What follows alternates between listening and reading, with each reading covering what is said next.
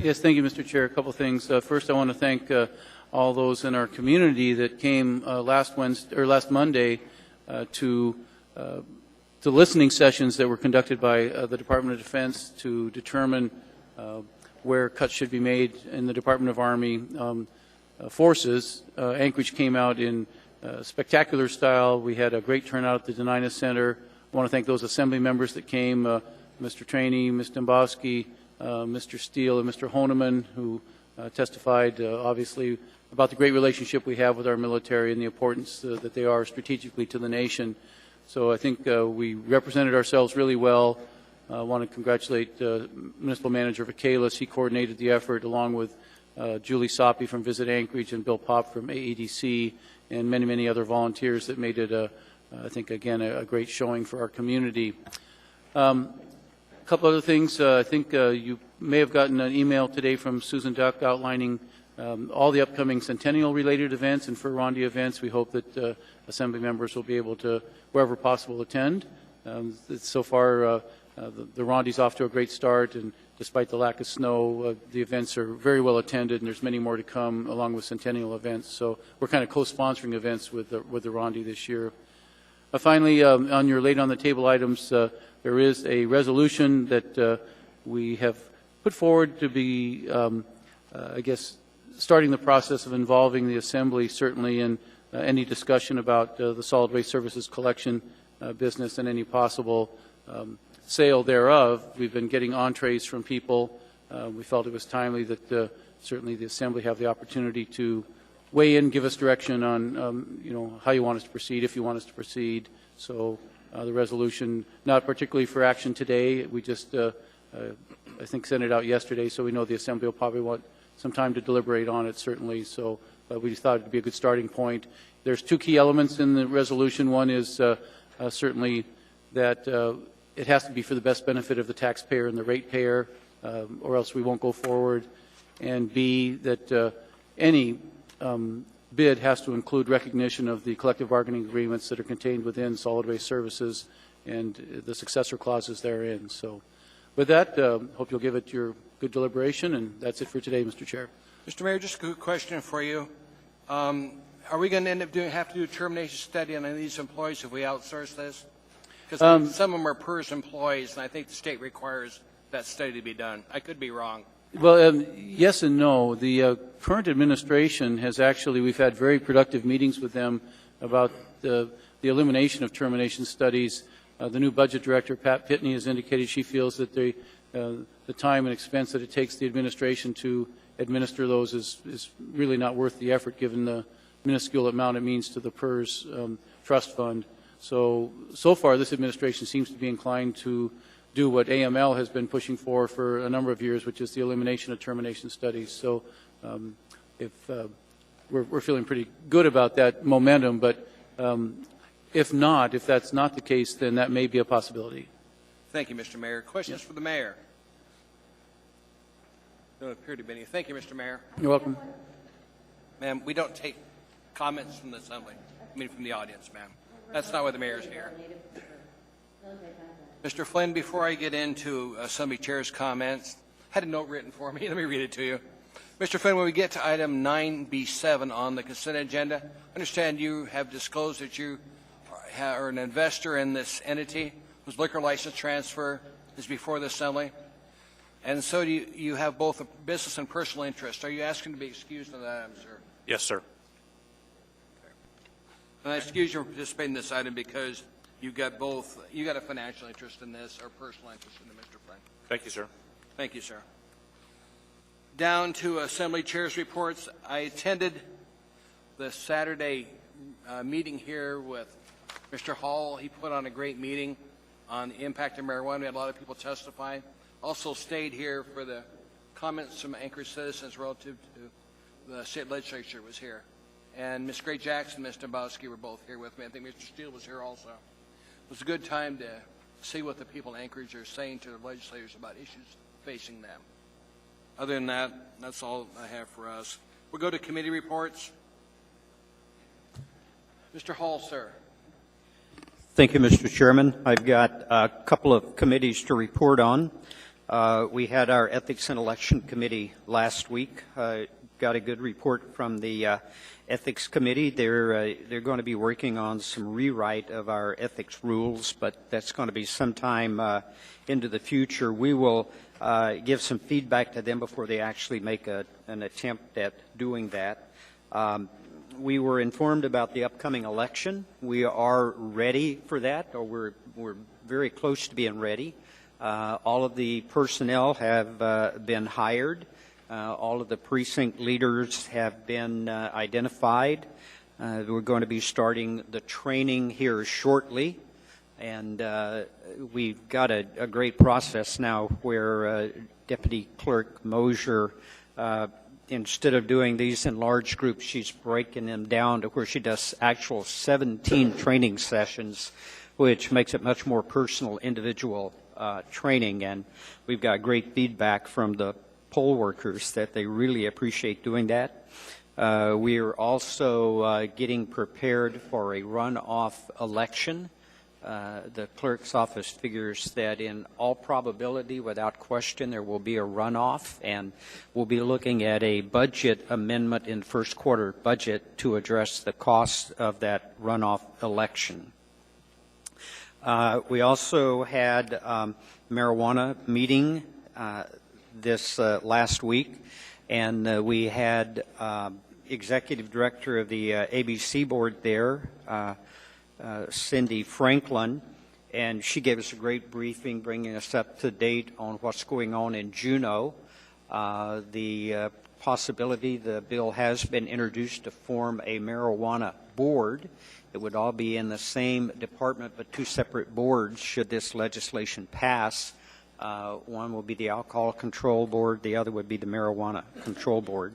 And she seems to be very positive about the relationship she's having. She's making a lot of trips to Juneau, and we've got a very open line of communication with her so that we're able to share concerns that we've got in our community in regards to what's going to happen probably beginning in May of 2016, when we'll actually see the first licenses begin to arrive in Anchorage, and then we have to do our due process beginning at that point. And in the town hall meeting, it was a great meeting. I thought we had a good turnout. We had between 80 and 100 people here. Didn't have that many actual testify, but I thought the testimony that we got was particularly good, and particularly by a young Boy Scout who was here to win, working on a citizen's badge, and then decided that he would get up and testify, and very poignant his concern about edibles and making sure that the packaging and the identification on those was enough that we didn't have to worry about young people getting access to those. Very, very observant on his part. We're going to do town hall meetings every 3 months in addition to our monthly meetings that we have, committee meetings, and we're going to look at scheduling some of those committee meetings later in the day to give an opportunity to the citizens in the community to be able to actually come and participate in some of those meetings as well. Thank you, Mr. Chairman. Thank you, sir. Mr. Honeman, sir. Thank you, Mr. Chairman. We had a real good meeting of the Public Safety Committee, and I'll try to see if I can get our notes encapsulated. A lot of information.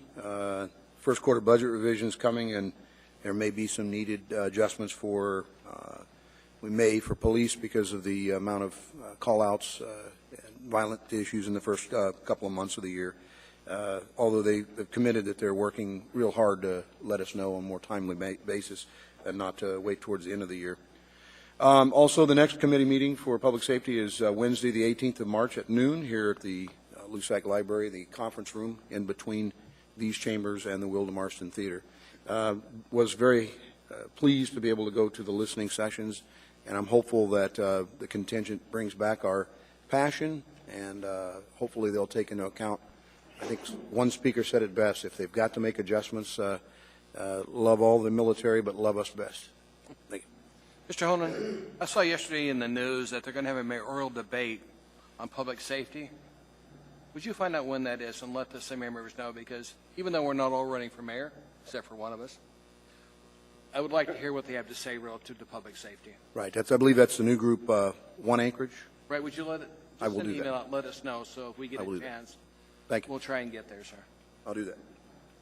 Mr. Starr, sir, would you like to talk about Chugach access plan? No, just reserve me for Assembly comments at the end. I'll give you an update. No problem. Mr. I'll Flynn. do it. The Audit Committee has got weekly reports from our auditor. It's roaming all around town here, checking out last year's financials. BDO will give us weekly reports if there's something in there that jumps out at us, but we've had 2 weekly summary reports sent out, and so far all is well in assembling the CAFR, the Certified Financial Reports for the year, are on track. Thank you, sir. Mr. Steele, sir. Mr. Chairman, my button was wiggling there. There is an enterprise committee scheduled for the 12th of March. Can you Right, take up this item F13 that's on the laid on the table items tonight? can we? Would you? I have it marked that I want to pull it, so. Okay.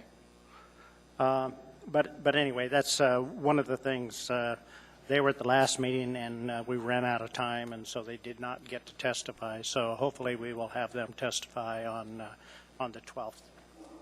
Thank you, sir. Mr. Evans, sir. No report, Mr. Chair. Ms. Gray Jackson. Thank you, Mr. Chairman. The Budget and Finance Committee met on February 19th. We had a really good meeting, as usual. The CFO provided us with a status report on the 2014 budget, and she had the municipal treasurer there who presented a report on revenues. The OMB director and assistant controller were both there, and they presented a report on the overall budget. What was reported to us is that the fire department is estimated to be over budget by $400,000. The health department is estimated to be over budget by about $6,000. But overall, the preliminary 2014 budget lapse could be anywhere from $2 to $6 million, so we're really in good shape, even with some departments going over budget. The committee also received a report from the Budget Advisory Commission's resolution that they approved that requests the state to draft legislation to allow for payment in lieu of taxes for nonprofits.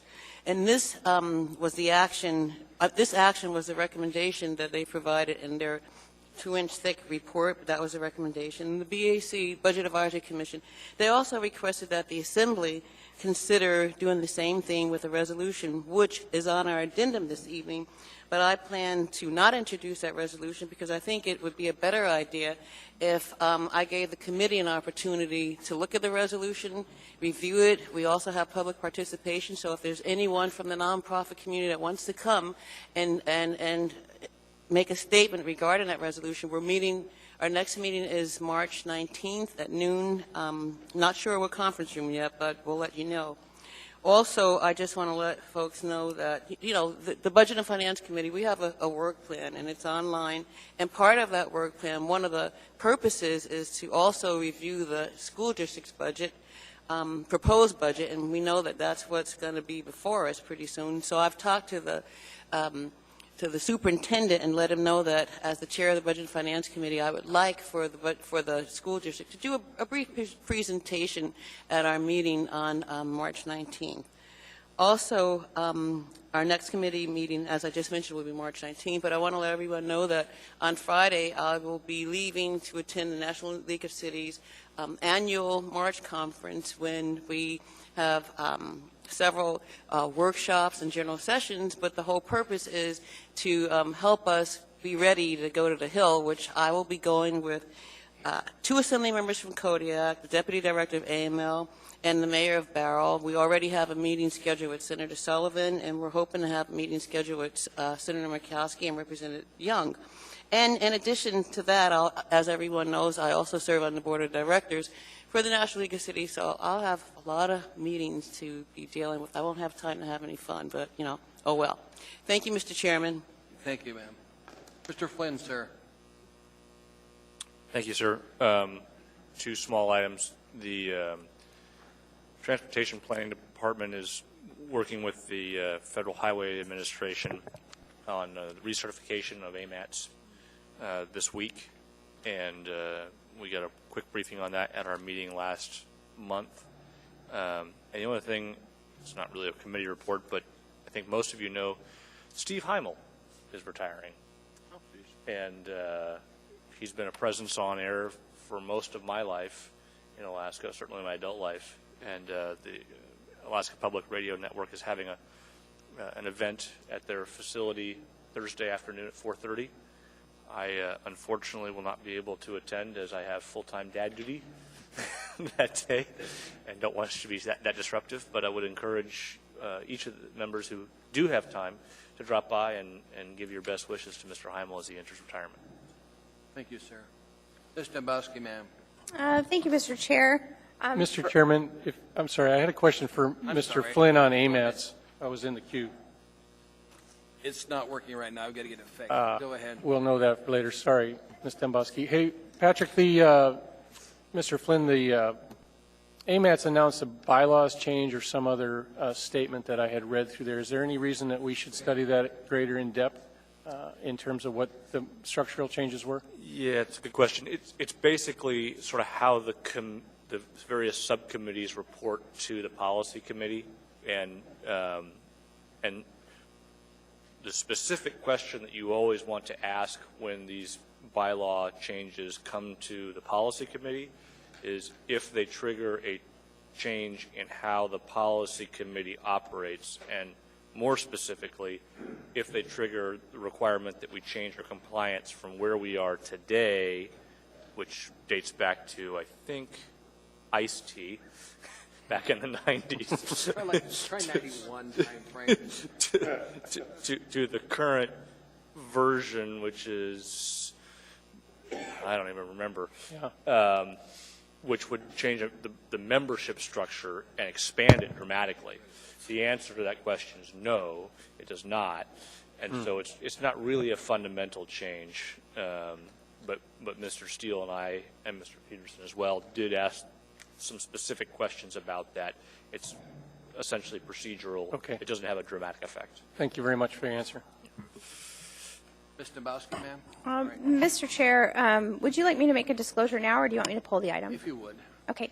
Mr. Chairman, tonight we have AM number 1482015. It's item 9 Delta 18, and it is a sole source purchase with the League of Women Voters of Anchorage to produce and distribute voting information for the municipality in the upcoming election. Mr. Chairman, as I think everybody on this body knows, I'm a current candidate, and I wanted to make that disclosure for you and the body to rule on any potential conflict. There's not a conflict, ma'am, because that's open to anybody that's running for mayor. Okay. And I have one committee report. Go ahead. Okay. So the Eberhardt Remand Panel hearing remand panel has concluded our deliberations. The hearing remand panel has reached our findings of fact and conclusions of law. These findings were presented to the Assembly at a work session on February 27th, 2015. The findings will be introduced to the Assembly this evening under special orders and will be before the Assembly on March 24th, 2015 for adoption. Let's see. Mr. Chairman, I am introducing an AM this evening as well under special orders, and part of that is going to correct a previous AM that had stated what the process was going to be in adopting our findings of fact and conclusions of law. For the public, anyone who's interested in the Eberhardt remand, you can find the committee's findings of fact and conclusions of law published on the municipal website under Assembly items. www.muni.org/assembly. There you go. So if anybody's interested, it is there, and it will be introduced this evening, but it will be back before the Assembly at our next meeting for adoption. And that is it, Mr. Chairman. Thank you. Mr. Peterson, sir.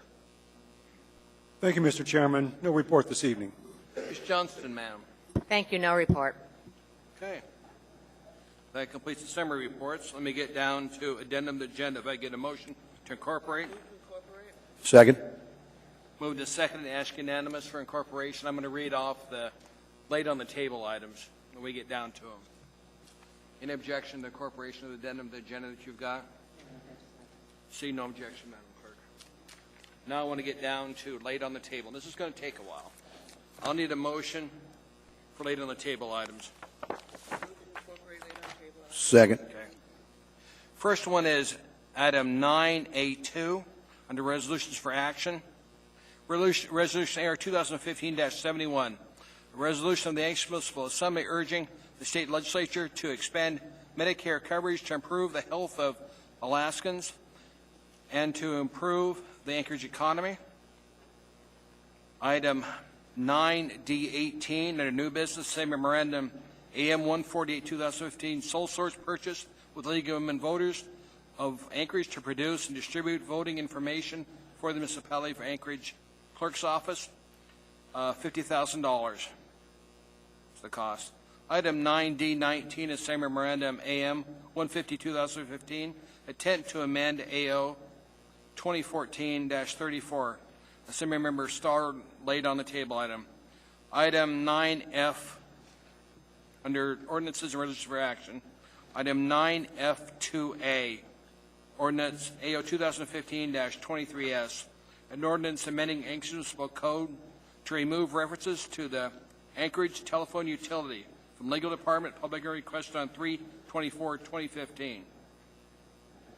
Item 9F11B, resolution AR 2015-67S, a resolution of the Anchorage Municipal Assembly stating its protest regarding renewal of a package store liquor license number 3556 for T&M Enterprises, Incorporated, doing business as Spirits of Alaska, located at 1149 Campbell Street, Anchorage, Alaska, giving the notice of reasons for protest and further providing for the public hearing before the Assembly on the exercise or waiver of this protest.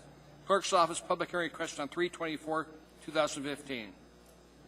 Item 9F11C, a same memorandum AM 139-2015A.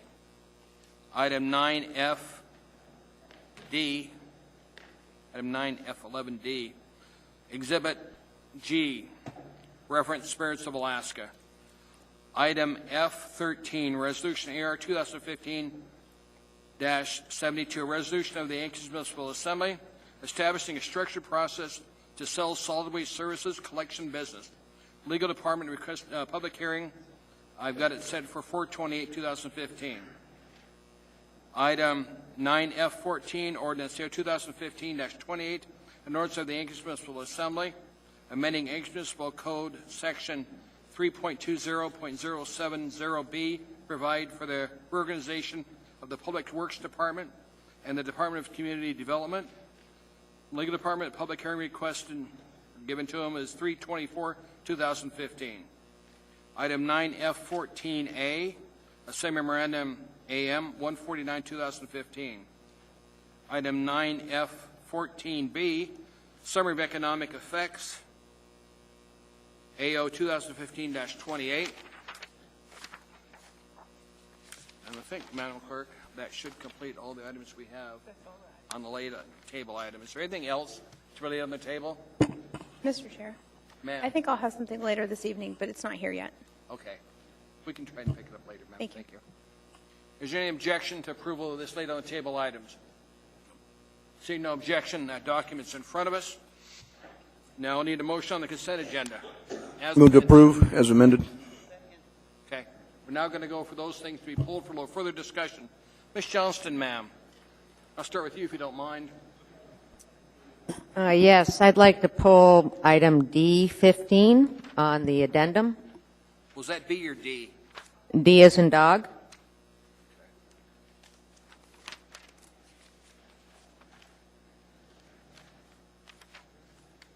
Delta 15? I don't know. Where's that? Oh, it's on the addendum.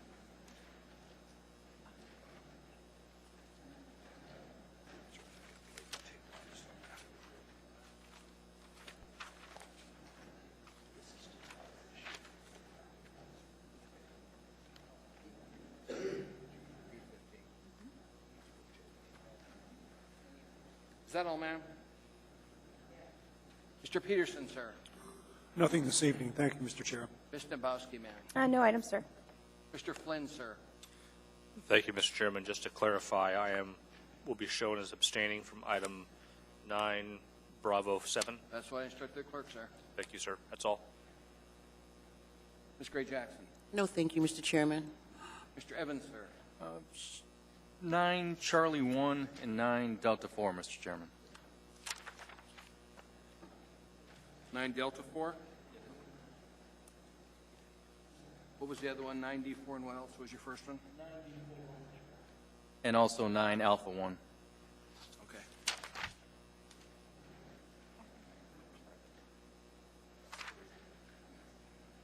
Nine Alpha 1. Thank you. Mr. Steele, sir. No items, Mr. Chairman. Mr. Starr, sir. 9 Alpha 2 from the late on the table. Okay. 9 Bravo 4 from the original consent agenda. And 9 Delta 9 Bravo. B4. 9 Bravo 4 Okay.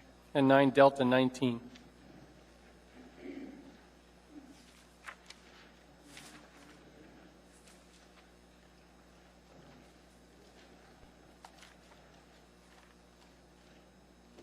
This one's here. Thank you, Mr. Starr. Is that all, sir? Mr. Honeman, sir. No items. Mr. Hall, sir. No items. Mr. Muskie, I saw your light on again. It is, it is. I thought Ms. Gray Jackson may be pulling 9 Bravo 12, but I didn't see her pull it. I thought that was going to committee. Oh, as a matter of fact, I have to pull it now that it was introduced. I defer to Ms. Gray Jackson. Thank you, Mr. Dombrowski. Yes, my plan was to not introduce it, but it's been introduced, so now I have to pull it. I like to pull 9 Bravo 12. Thank you, Mr. Chairman. Okay. Should we go through everything so we make sure we've got it all written down? Mr. Evans pulled 9A1. We have Mr. Starr pulled 9B4.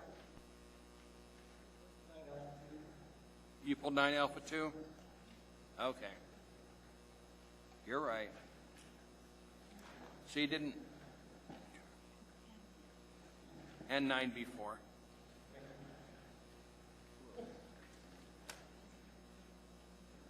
Okay. I didn't see anything else down there. Yeah. And we've got 9D15. Yeah. 9A1, 9A2, 9B4, 9B, sorry. We've got multiple. 9B12.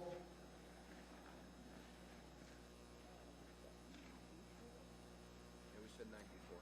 We also got 9D15, which is Ms. Johnson.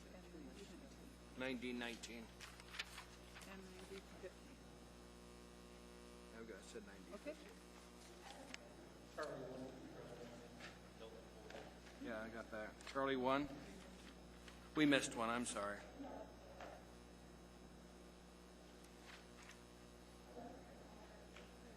I was writing them down on multiple sheets. Did you say 9 Charlie 1? 9 Charlie 1. Okay. Yeah, we got 9 Delta 4. Okay. Madam Clerk, this is still not letting me go there.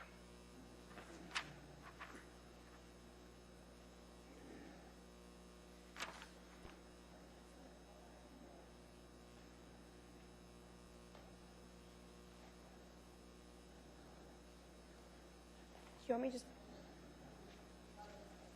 What?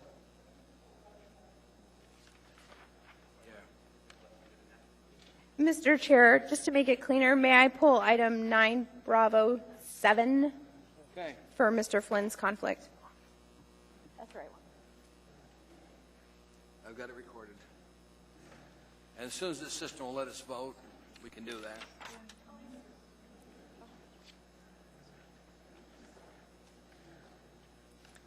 Mr. Tix, could you please assist Mr. Yeah, Craney? small computer malfunction. Looks like he's got one over there, too.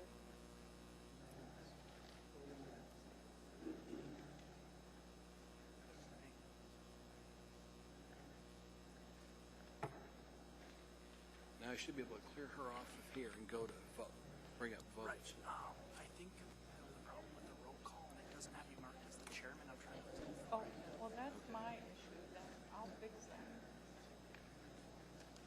I'll come back. Oh, well, you need to, oh, click the wrong one. Okay. Okay, we're almost there. Now start voting. You're voting the consent agenda, and those, except for those items, are pulled for a little further discussion. All right, let's go to that motion. We don't have Mr. Hall. Mr. Hall, sir, we need your vote. We don't have a recording. Thank you. That was approved. Now I think we dealt with the issue. Item 9A1, Resolution Air 2015-66, resolution of the Anchorage Municipal Assembly recognizing March 2015 as National Women's History Month. Move to approve. Ask unanimous. See no objection. Item is approved. Mr. Evans, I think you're okay. Who's reading it? I'm reading, Mr. Chair. Okay, sir. Mr. Gray Jackson's going to present it.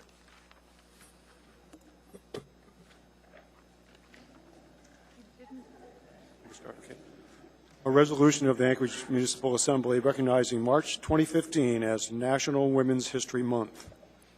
Whereas the role of American women has traditionally been overlooked and omitted from U.S. history, and whereas the contributions of American women of every race, class, and ethnic background are woven throughout the fundamental fabric of our collective history, and whereas American women have been in the forefront of every major progressive social change movement, particularly in the establishment of early charitable, philanthropic, and cultural institutions. And whereas despite having played critical economic, cultural, and social roles in building and strengthening our nation, there still exists in the United States and in Alaska a persistent wage gap between working women and working men that creates a barrier to economic success. And whereas the purpose of the National Women's History Month is to promote knowledge of women's contributions to our nation's history, and whereas the theme for the National Women's History Month 2015, Weaving the Stories of Women's Lives, celebrates the act of sharing accounts of the lives of the strong female role models that can inform, inspire, and motivate. And whereas Alaska women have exceptionally exciting stories to share of meeting challenges and breaking gender stereotypes.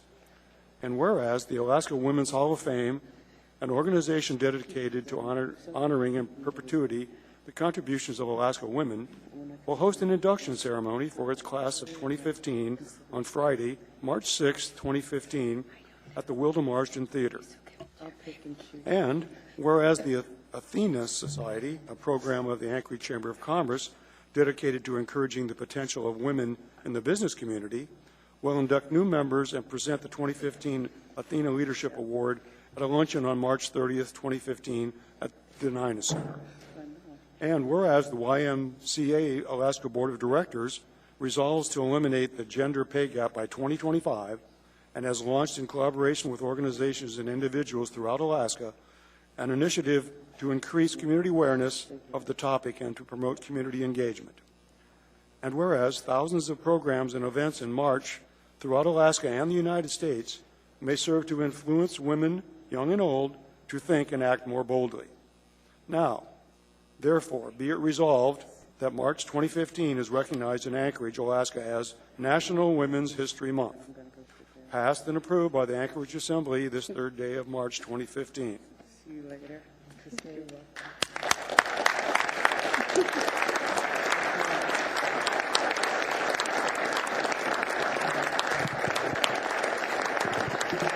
Thank you very, very much. Thank you. Thank you very much. My name is Hillary Morgan. I'm CEO of YWCA Alaska.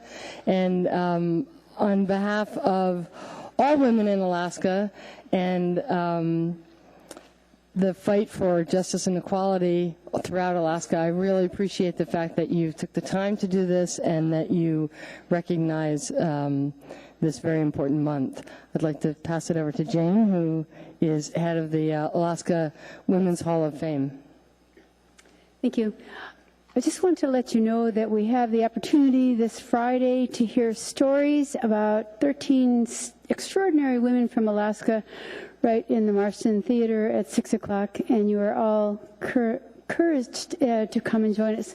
It's open to the public, and it's a story of women who've made a difference in their communities across the state. I just want to say, I don't know why we get 1 month out of 12, but I do think that it's an opportunity for people to recognize that we're all in this together. And so we're grateful for the resolution. And on March 6th is the Alaska Women's Hall of Fame, and on March 29th is the luncheon for the new induction of the Athena members, including your municipal clerk, Ms. Jones. So congratulations. Thank you. And I would just also like to add that the YWCA Alaska initiative to eliminate the gender pay gap by 2025. We are in the process of creating a statewide momentum for this. So we are looking for businesses to sign our endorsement that this is a problem in Alaska and that it can be fixed by 2025. So I will be back talking to anyone of you who has a business and all of you out there to get endorsements. So again, thank you very much for acknowledging us this month. Thank you. We have a couple of questions for you. Don't run away anywhere. Mr. Holman. Well, first of all, I want to thank you, Mr. Chairman. First of all, I want to acknowledge both the efforts of Ms. Morgan and Ms. Angvik, who was a member of our charter commission who put together a charter and also served on this body. So thank you again for your years of service. And she stole the thunder. I was going to publicly congratulate Ms. Barbara Jones, our clerk, for being an inductee of the Athena Society. So congratulations, Ms. Jones. Ms. Johnston. Not only do we have Ms. Barbara Jones as far as inducting into the Athena Society, and thank you. I've enjoyed the same induction, and it's a wonderful society, but we do have our deputy clerk who has made 40 under 40. So we're rich with women resources here. I'd also like to do a shout out as far as the Hall of Fame. If you have never gone to this event, it is an exceptional event, and the website is fantastic. Just getting an idea of the history of this state of Alaska. And Jane has been the brainchild. It's been her brainchild and her baby, and it's an excellent forum. Thank you. Thank you. Ms. Dombowski, ma'am. Thank you, Mr. Chair. Congratulations, Barbara. I did not know that until just now, so wonderful achievement. And as a female legislator, to have Ms. Angvik stand in front of me, you're an inspiration to a lot of us. But I also want to point out that our own vice chair has been named a Woman of Achievement. So we have a lot of accomplished women in the audience and on our body. And so I'm just proud to be here, too. Thank you. Ms. Gray Jackson. Thank you, Mr. Chairman. There's not much I can say now except thank you, you two wonderful, beautiful women, for all you do for our community. Thank you. Thank you, Mr. Thank you. Thank you very much. Thank you. Next item that was pulled is on our laid on table items. It's item 9A2, Resolution AR 2015-71. Mr. Starr, you pulled that, sir. Move to approve. Second. Mr. Starr, sir. I'm not certain I understand the topic well enough to vote on it. I'm not trying to be ignorant to it, but it's a laid on the table item with fairly significant ramifications to a large number of folks. Mr. Trainee, perhaps with your name on the top here, can you tell me, is there a downside to this that I should know about? Just it depends on how you philosophize the role of people getting affordable health care. And that's what the discussion down there in Juneau. We got 42,000 people. This from the state will benefit. And the federal dollars that come in will pay for this. So I've heard the argument the legislature doesn't care what Anchorage Assembly thinks about it. I was asked by the governor's office to see if I could bring this forward to get a resolution supporting him. He's in the fight on this item right now. And in fact, we just had an election on this with one man that did not want to do Medicare extension, another one that said he would. And I appreciate the governor carried forward this promise. I listened to people on Saturday say how much they want to see this passed, so I'm more than happy to bring it to this body for us to decide if we want to support it or not. Okay, thanks for that. I guess the initiatives that come at the last minute are challenging for me, especially when we're trying to direct legislators that sometimes value our opinion, sometimes don't. So I'd much rather just lobby direct on it after I get some facts. Thank you. Mr. Honeman. I agree with, of course, the last-minute notice of laid on the table, as the packet was fairly thick. However, I do recognize that the legislature only meets during certain months of the year, and the governor's office just recently presented this to us. So it's something that's not been, I mean, it's been around our discussion points for a couple of years now, and I'm looking forward to supporting it, hopefully seeing the legislation going forward to incorporate this change in our legislative plan. Thank you. Ms. Dombowski, ma'am. Thank you, Mr. Chair. I'm going to complicate this a little bit because, unfortunately, I know a little too much about it. First of all, I'd like to be removed as a co-sponsor on this item. Secondly, you know, when we talk about this item, whenever we take federal funding, there's always strings attached, it seems. So the question is, can we afford those mandates after the federal funding diminishes over time? And I submit that I'm not sure we can. But let's get a little more personal to something I know, dentistry. So I know I've talked to a number of dentists that provide Medicaid right now, and what they're saying is with the Medicaid expansion, if Alaska is forced to take the reimbursement rates of the lower 48, they're going to stop taking Medicaid altogether. And it's because, let's take a crown, for example. If you cut a crown and you get $800 for Medicaid, in Alaska, it might cost you $250 to make the crown. It might cost you another $200 for labor. So there is a bit of a profit margin, but that doesn't still account for supplies and everything. So the profit margin is really low. Where in the reimbursement rates in the lower 48, they might be a third or a half of that. So by the time we get into it, the dentists aren't even going to make, it's going to cost them money. So I've talked to a number of dentists who said if the federal reimbursement rates are extended to Alaska as part of Medicaid expansion, they're just going to stop taking it.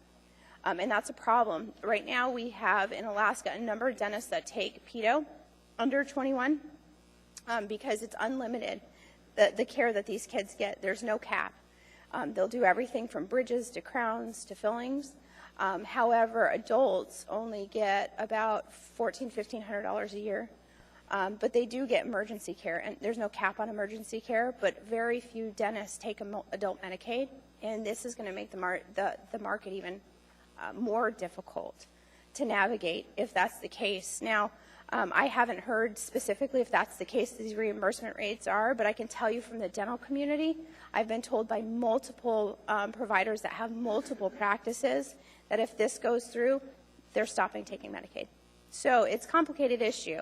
And I think it's a knee-jerk reaction or resolution passed in this body. I think there's potentially unintended consequences, and I'm not ready to support it, but I do appreciate the conversation. I think it's a great one to have, and I thank you for bringing it forward. Thank you. Mr. Evans, sir. Thank you, Mr. Chair. I too would prefer to have my name removed from the resolution. We can take care of that. Thank you. I also disagree generally with us passing resolutions. I think I said that back when we did the marijuana ordinance or resolution. We have a lot of work. We have a pretty thick booklet in front of us. I think we have a lot of issues to deal with in our own little bailiwick. I don't think we need to be telling the legislature what we want them to do. Once the legislature starts passing resolutions indicating what we should do, maybe I'll rethink that. But I think we should stick to our own issues. So I wouldn't support it for that reason. I also wouldn't support it, as you did say, it is a philosophical issue. It's not just whether or not Alaskans will be eventually having to pay for this. I think they will, but I understand that a lot of people don't think that'll ever happen. I just don't think that the entity that is supposed to pay for it in the first place, the federal government, has the money to pay for it. They're, last I checked, $18 trillion in debt. So basically, this is just passing this along to my grandchildren and children. So I'm not in favor of it. Thanks. Thank you, Mr. Evans. Ms. Johnston, ma'am. I'm going to ask our municipal attorney a question that might be difficult.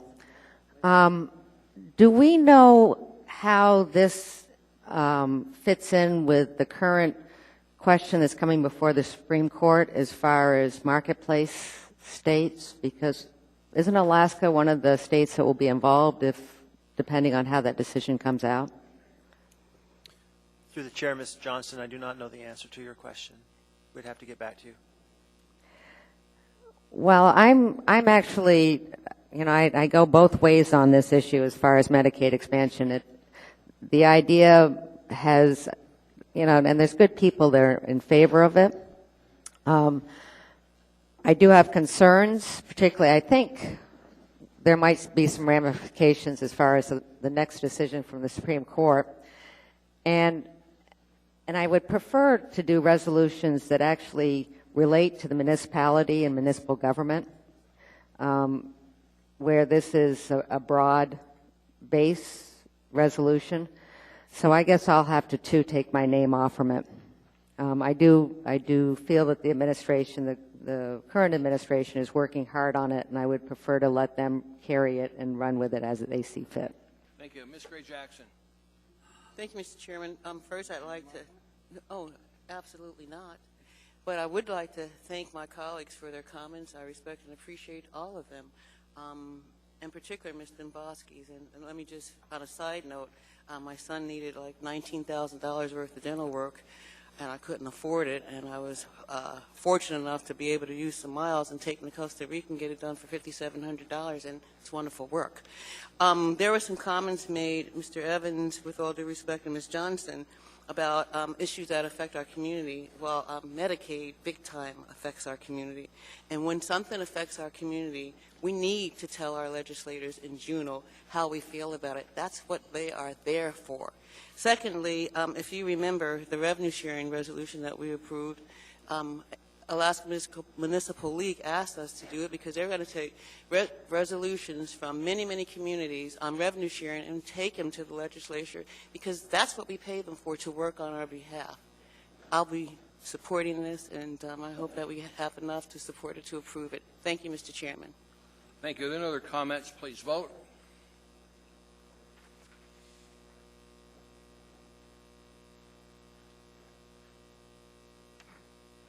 That is approved 7-4. Next item in front of us is item 9B4. That was pulled by Mr. Starr.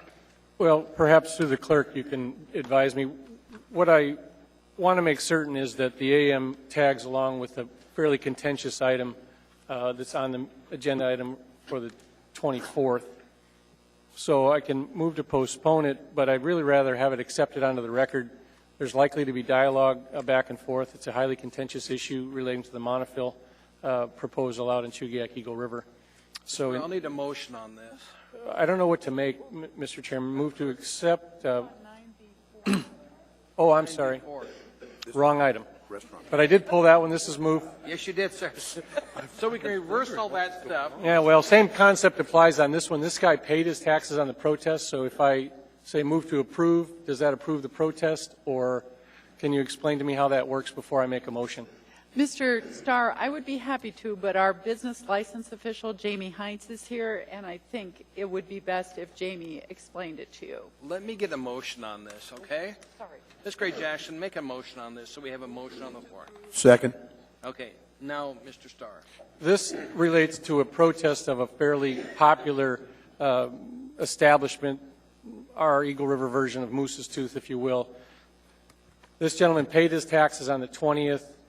The action in front of us is to protest based on the non-payment of taxes. So if we approve this, my challenge is, does this jeopardize his liquor permit and vendoring ability to do that? All he has to do, sir, is just show he paid his taxes to the clerk and the protest is waived. We routinely do this. I know. And, Madam Clerk? Jamie? Yes, it is. Is this on? It is my understanding that the taxes were paid shortly after the resolution had to be on the agenda. And so the finance office has lifted the protest. So there's no need to even pass this. Tomorrow when I notify the ABC board, I will let them know that it's approved because this resolution also authorizes the municipal clerk to do that. So you would like us to pass this then? Is that what you'd like us to do? That is correct. Okay. I don't want to get into the issue of paying his taxes by the credit card or that kind of stuff, but this is likely to happen again.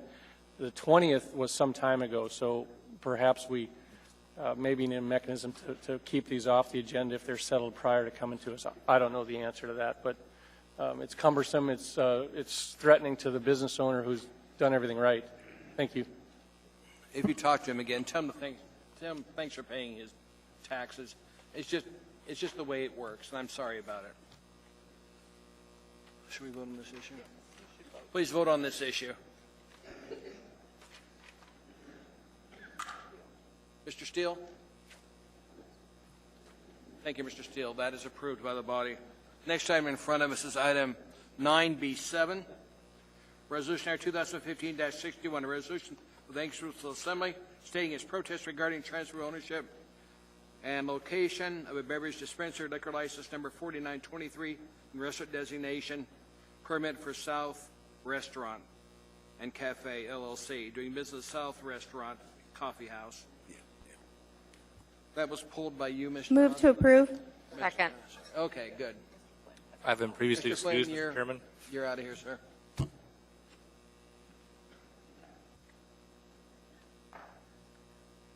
Mr. Flynn has a conflict on this one, so he can't participate. Any comments from Assembly members? Please vote.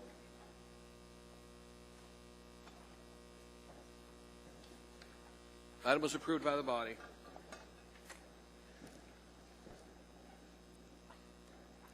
Next item in front of us is 9B12.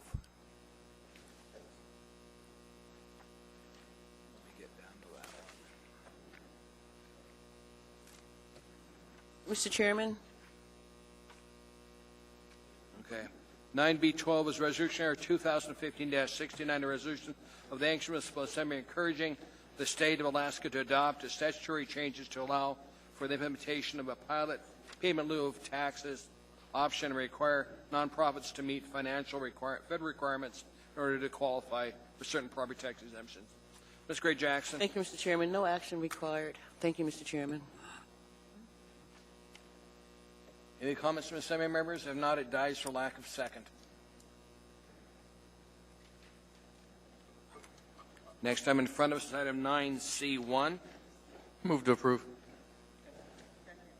Mr. Evans, sir. Yes, sir. This is the same memorandum, AM 119-2015. I just had a quick question for the administration. I noticed that the low bid on this contract was twice as much as the engineer's estimate, and I just wondered if we determined why that was or if there's a problem with the engineer's estimate. Administration?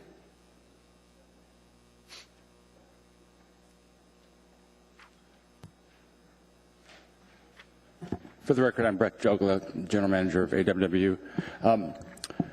We had a bust in our own estimate. When we reviewed the bids with the purchasing department, we agreed with that the bid prices were in fact appropriate, and we went ahead and made a recommendation of award. Mr. Evans? No, thank you, Mr. Jogla. Sure. Any other comments from Assembly members? If not, please vote. Yes, we'll approve the item. Who am I missing? I've got two. Mr. Flynn, Mr. Starr, on this items. What? Okay.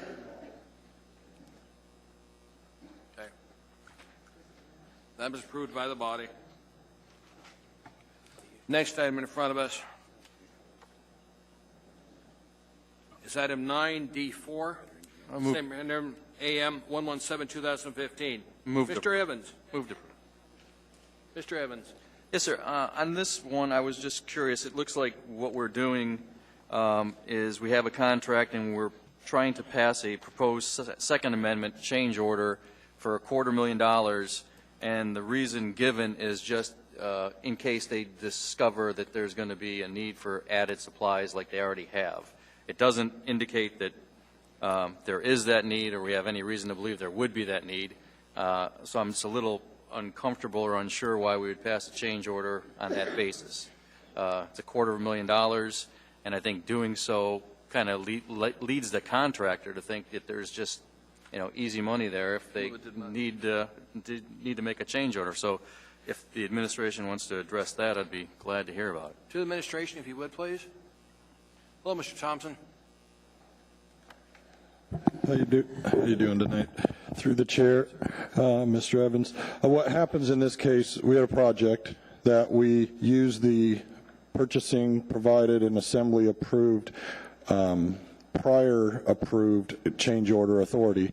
This is getting change order authority, so it's no different than any other project that we get. We always get change order authority. In this case, we've already used that. We've come back, asked for the additional funding on this on change order 1, and we have to, so we don't get caught in the middle of the summer with a project open, and then we have to come get additional funds. So it's doing the same thing that we do on every project at the beginning, which is get a change order authority.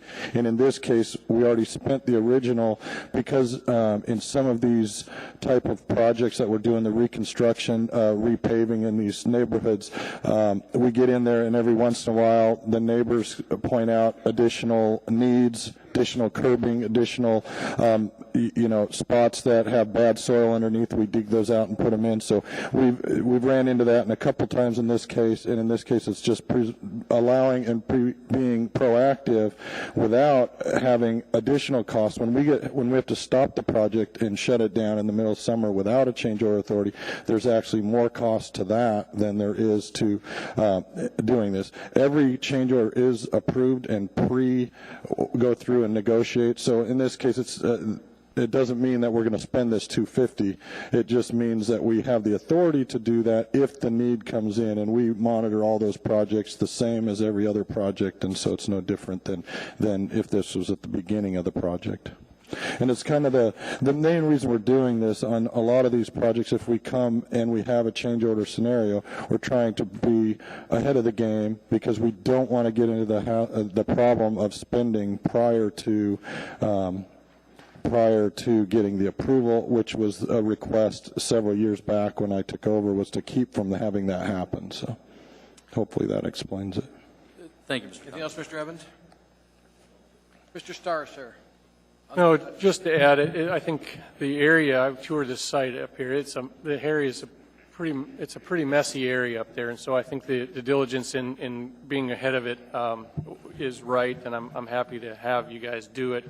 I've also noticed a slight trend where we haven't been hit so hard with change orders in the last building cycle in particular, so a little bit of kudos to that. Nobody likes to see a change order expanded scope of work as a surprise. This one's probably a little bit more proactive character than sometimes we've had issues that they've already spent the money, then they're coming back to us asking to approve that work. And so I'll give it to you because I think it's probably the right approach, but also kudos that I think we went through last year's building cycle with a minimum of change order debate. So thank you for that. Yeah, we probably haven't reported, but I think our change order level was down below 7%, closer to 5%, which is way below what it used to have been. So very much. Thank you for your answers. Thank you, Mr. Thompson. Please vote. Yes will approve it.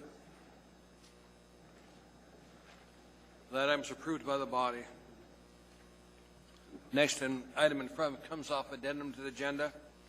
It's item 9D15. It's a memorandum AM 142-2015 sole source purchase of professional services from SAP Public Services, Inc. to provide management consulting services in conjunction with planning, revitalization, implementation of the Synergy project.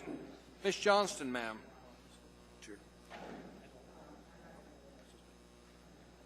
Is there a assembly member who would like to move that item? Is there a second? Ms. Nabowski seconded it. Okay. You're on the board. Okay. Is there a second? Second. Mr. Holman is the second on it. Ms. Johnston, would you like to discuss it? Yes, I do have a couple of questions to the administration. First of all, with this contract, does SAP guarantee their product?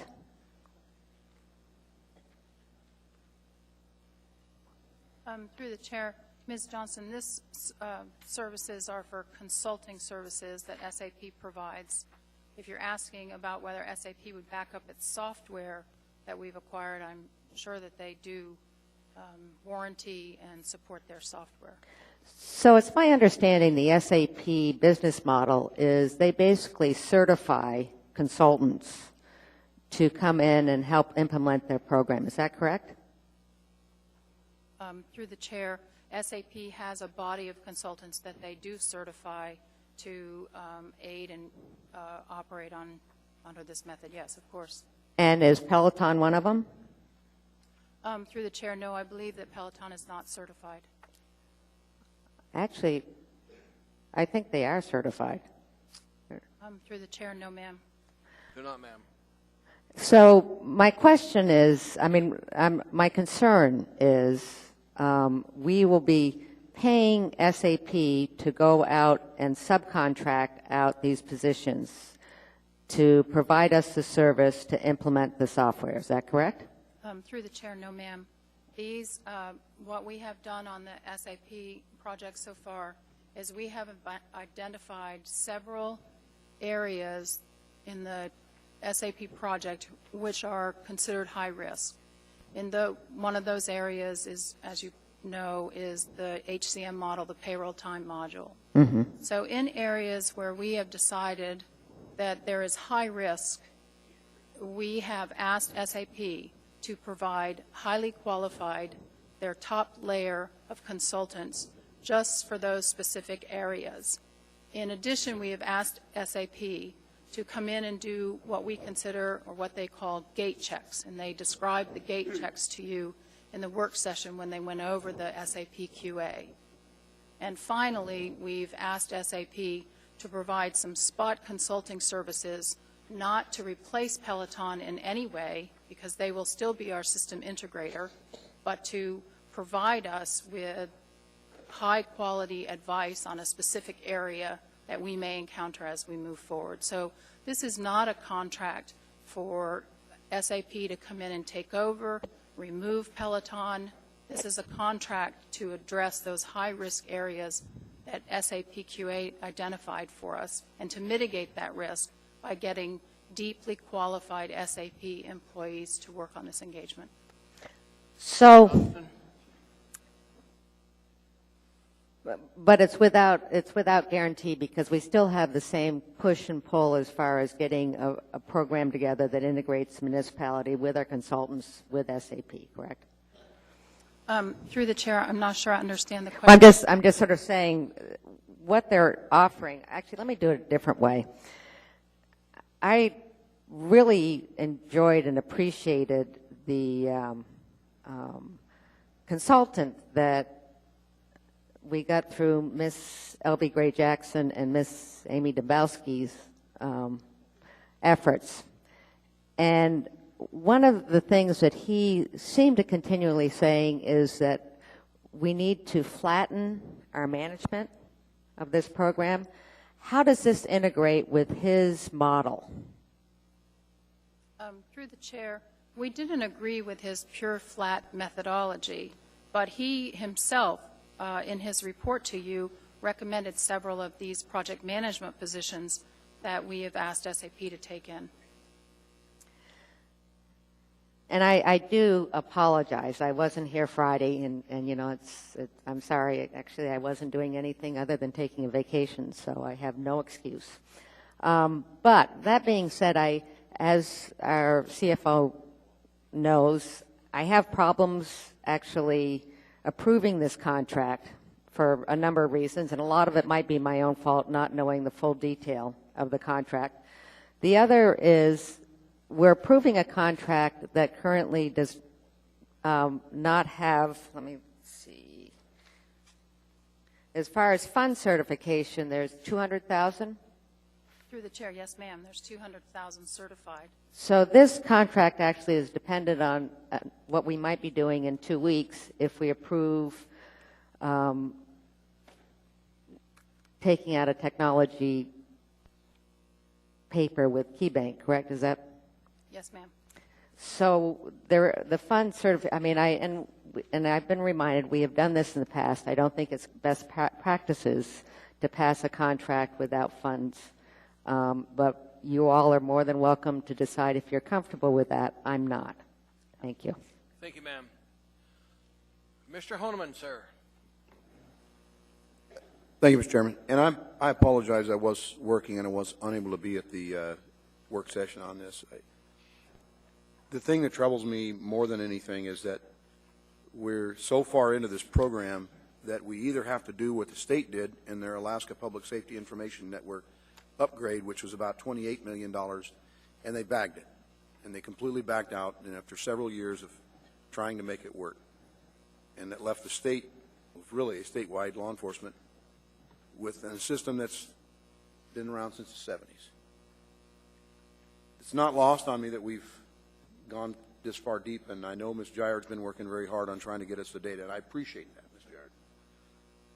I want to point out that we're now looking at potentially $40 million with no, I think Ms. Johnson said it right, no guarantee that what this investment is going to actually help us go live, and that we will get the product or processes that we're paying for. I'm very troubled by that. And more importantly, as I look at the salaries, it appears that under contract services here, and time again, we're very concerned about what we pay our own. And maybe this is just a one-time thing, and these people will go away, and we'll never see them again, and maybe it's worth the investment because they're subject matter experts. But for 960 hours, $347,000 in a salary, and that's a lot. $361 an hour. I don't know of any municipal employee who actually makes that. I'm concerned about dollar amounts here, and I'm concerned about this process, and I'm concerned that this program isn't going to work, and yet we're stuck with what we have. So I'm troubled by it. I don't know which way I'm going to go. Ms. Gray Jackson. Thank you, Mr. Chairman. First, I'd like to say how much I appreciate Ms. Johnson's scrutiny. I'm so glad she's on board now, because for a long time there were very few of us who thought there were any issues with SAP. And I want to also thank Ms. Demboski for, I joined her in a resolution, Mr. Traney was on board too, to have an independent auditor. And I'll tell you, if nobody else, I would be the first one to say no. I'm not going to approve this appropriation, but I am going to approve, and the reason why I'm going to approve it because I feel very, very comfortable that we have our own independent auditor or reviewer on board now, and he's going to be there from now until this project goes live. And so with that said, I feel very, very comfortable approving this so we can move forward. And he also told us that, yes, the project is salvageable, and for us to start all over again, it's going to cost even more money. All of us are aware of the fact that it's going to cost more than what's already on the table.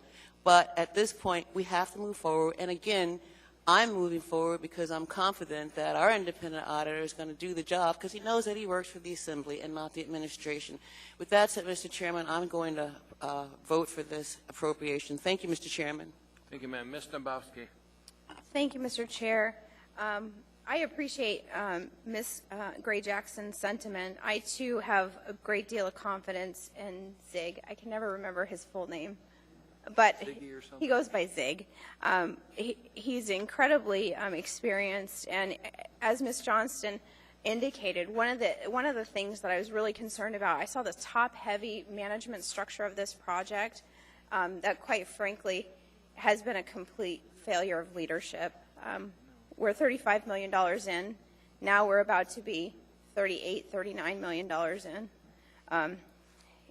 And I'm not confident that we're going to be able to deliver for the taxpayers. But beyond that, specifically with this appropriation, I think it's bad financial practice to approve a contract without secure funding.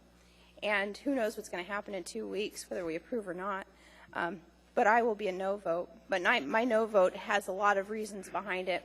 But one of it, I just don't have the confidence that the administration quite has a clear path forward yet. And unlike Ms. Johnson, I was not on vacation, but I didn't find out about the Friday work session until 2 hours after it.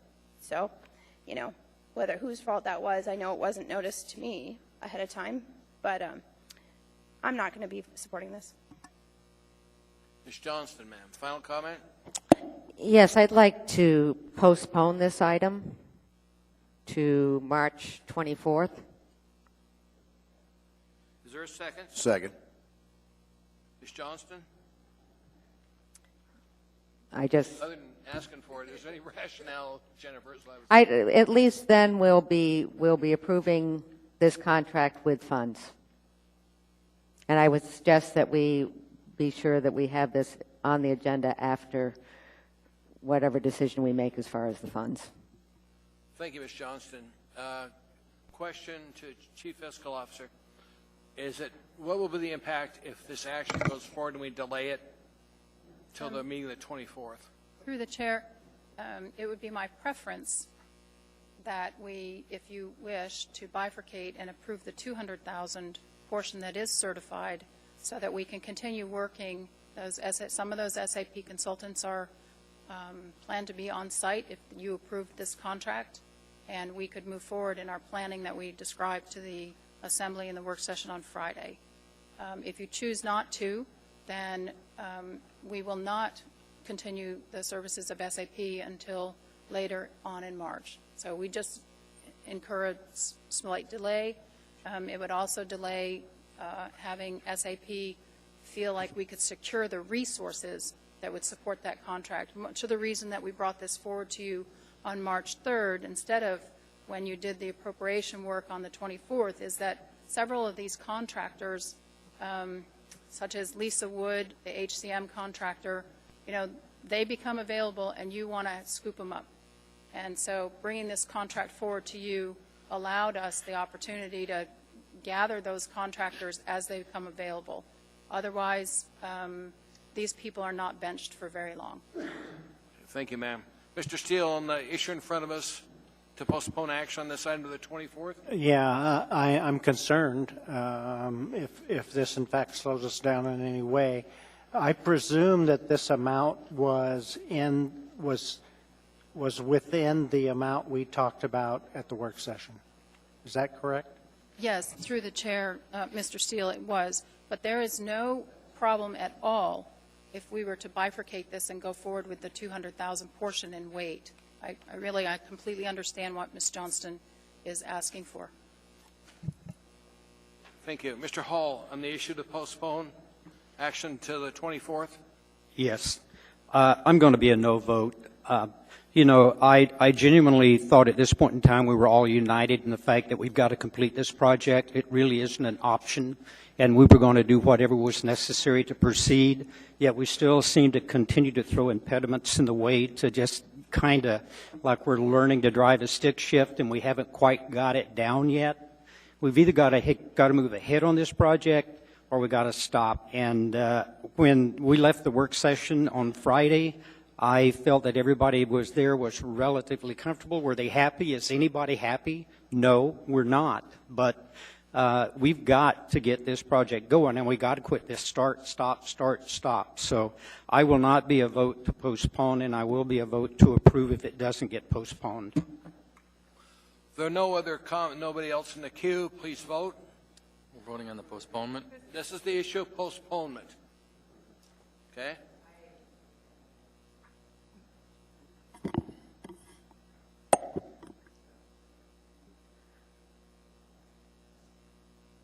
We need one more vote in. Mr. Chairman, I believe that the maker of the motion wished to amend it. So if we could reset the vote and allow her to do so, that would be helpful. Yeah, do that. Reset the vote. Okay? Ms. Johnston, you were the maker. I'm sorry, you weren't on the queue, man. Okay, yeah, I was rushing back. I will heed the suggestion of the CFO and ask to bifurcate and make it the 200,000, not the 3.555. Is there a second on it? Was Pete? Anything else, Ms. Johnson? On the issue of bifurcation, please vote. Yes, we'll bifurcate the issue in front of us. That is approved. Bifurcation has been achieved. Ms. Johnston? bifurcated the issue. If you want to move now, you're 200,000. It's, yeah, I think it's just 200,000. I move that we make this a sole source bid contract and change it to 200,000. Is there a second? I'll second, Mr. Chairman. Mr. Flynn seconded. Anything else, Ms. Johnson? CFO, will this work for you? I think this is an excellent compromise, and I thank Mrs. Johnston. Okay. Mr. Starr, sir. I think it sends the wrong message to the vendor who we're asking to embrace a solution to help us get out of this mess. And if we do the, stop-start scenario or an inconsistent message that we're not committed to them, I can't imagine that they're going to move up here, leave their families, and help us get out of this mess. So the idea that we're going to debate this again in 2 weeks really is sort of pointless because we've made the commitment, at least most of us have, to forge ahead. I appreciate the lack of the funding source. The full faith and credit of the municipality is going to stand behind any contract that we put into play. And $400-some thousand or $458 million to put out there. We need to send a clear message that we're behind these vendors, and just a piecemeal $200,000 they're going to go. I don't know if I'm going to be working here in 2 weeks. I'd rather not. I'd rather we not bifurcate, rather we not piecemeal it, but give the full amount and get on with it. Thank you, Mr. Starr. The issue in front of us is to approve $200,000. We've already bifurcated the issue. So you're voting on the $200,000. Please vote.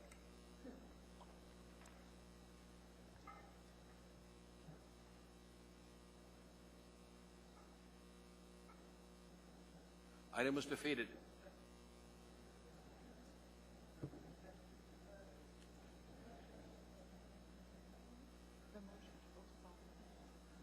Yeah.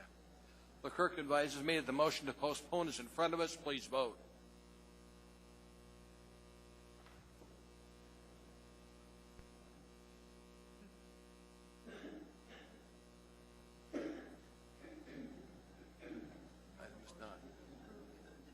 Now the clerk advises me the motion to approve is in front of us.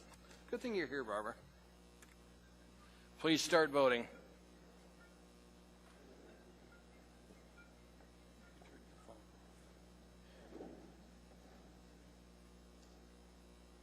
Item is approved.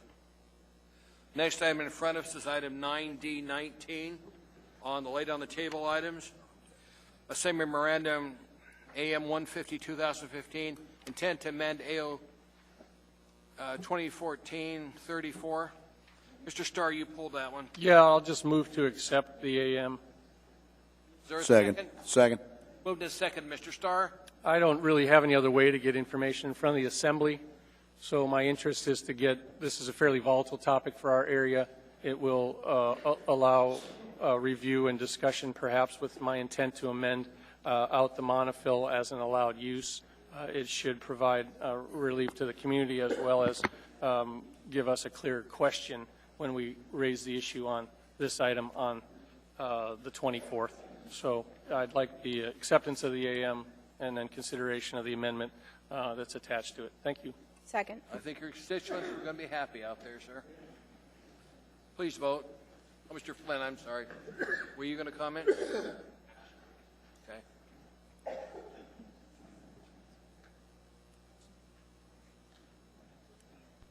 Mr. Hall? Okay. That is approved.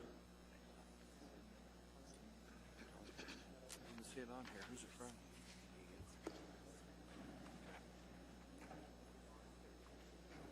What document is it on? Mr. Chairman, the reason I rang in, I note that it's now a little after 6:20, and we have an appearance request. I see Mr. Smith Yes, we in do. the audience. We're taking that up right now. So I think that may be timely. Mr. Smith. Open the meeting, sir.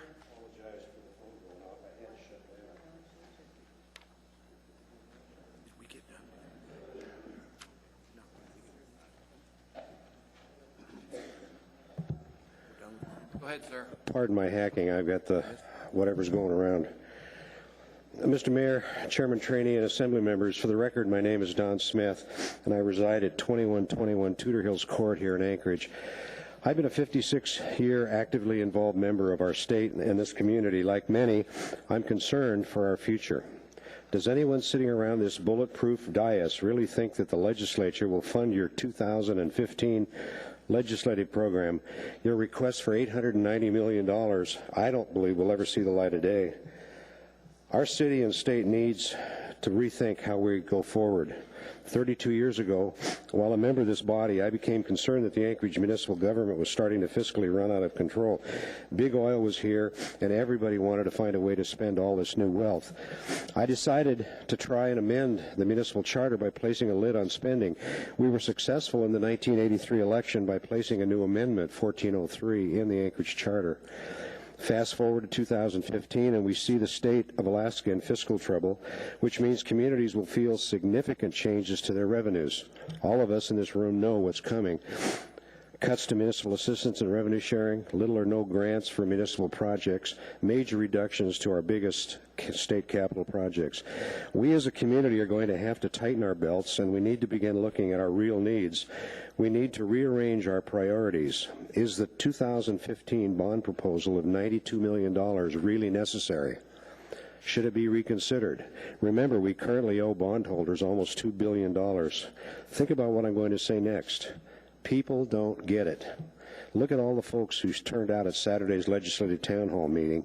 Everyone there with their hands out, looking for the state of Alaska to fund their special important programs. I'm sure that the 200-plus folks are serious, but bottom line, we can't afford all these projects.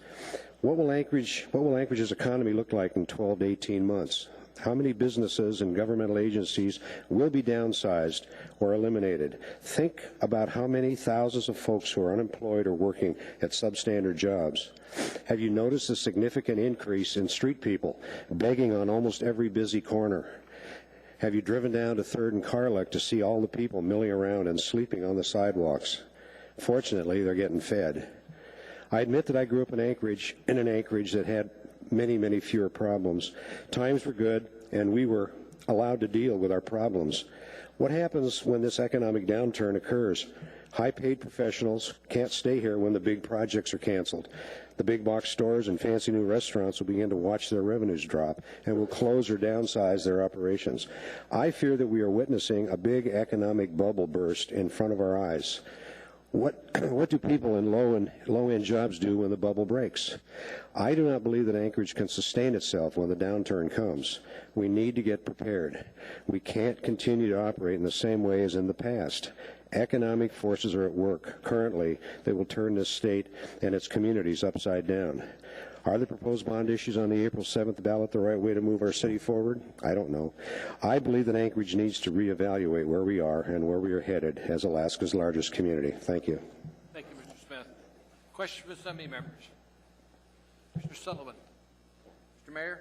Oh, hi. Well, thank you, Don, and appreciate all the hard work you've done over the decades to make sure that Anchorage stayed within good fiscal limits. Just one comment on the legislative program. We know that it's not going to get funded. What we do is we prioritize, in the very front of the book, a couple projects that we think do have an opportunity, including the port, which has to get finished. But the legislators really appreciate the fact that we show district by district what are the needs within their district. And, if for some reason the price of oil goes up, maybe one or two of those gets into the list where it wouldn't get into the list now. So we're realistic. We meet with the legislators. We tell them, look, we know that this program is not going to get fully funded or even, a tenth funded this year, but they do like having the information about what bubbles up from their communities. So that's why it's so comprehensive. Well, I know I understood when I looked at that, but it just struck me when I was reading it that to put in a roughly $900 million request to the legislature when they're probably not even going to fund $100 million or whatever. But again, that doesn't exist in a bubble. We meet with them. We've met with the governor. We explain. And I was lucky when I served on the assembly because we had Project 80s or whatever they called it, and then they had a lot of money. Thank you. There's nobody else to be in front of us, so we're going to take our dinner break right now. Anybody appointed to Border Commission that's here tonight? If so, please tell us what you're appointed to. Not seeing anybody, Ms. Johnson. We're going to take a dinner break. We'll be back shortly. Police and Fire Retiree Medical Trust 2-year review. Moved and seconded. Is there any comments from Assembly members?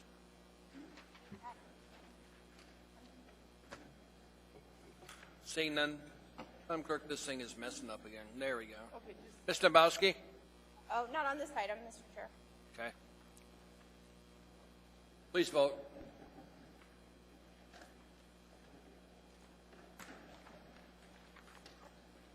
Who are we missing? There. The item is approved by the body. Next item in front is item 11B. Ordinance CO 2015-12, an ordinance authorizing the sale of properties foreclosed for delinquent taxes under special assessments. We need a motion on this item. Second. Moved to second. If you remember from the last time, we held this over. To administration, were you able to resolve this issue? Kate? Ms. Gaillard, whatever you'd like, ma'am. Through the chair, I'm not the right person to ask. Let me see if I can get someone coming right now. Okay. Ms. Oswald?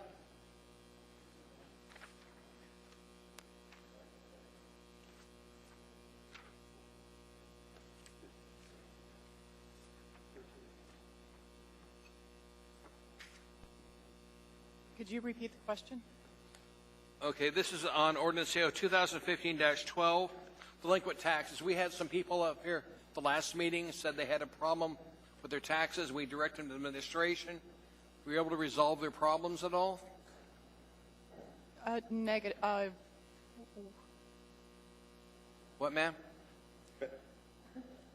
Mr. Wheeler? They have the same problems as they had when they were here.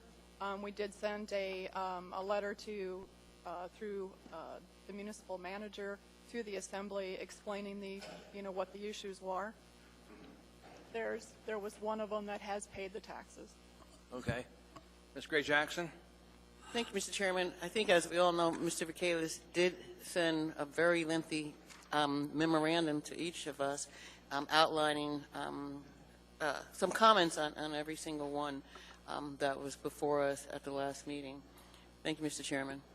Thank you, ma'am. Mr. Haldeman? Can you just summarize, is the list that we're seeing on the back, is this accurately reflecting that these are the items we'll be moving and the municipality will be moving on foreclosure? Excuse me? We were down to 13 properties that are still on the list. 13 properties? Correct. Okay, and then if, just for clarification, so in case anybody's here or in case somebody's wanting to know, at what point in time is it too late for someone to pay their bill before we actually move to take possession and sell the property? Through the chair, the day before the sale.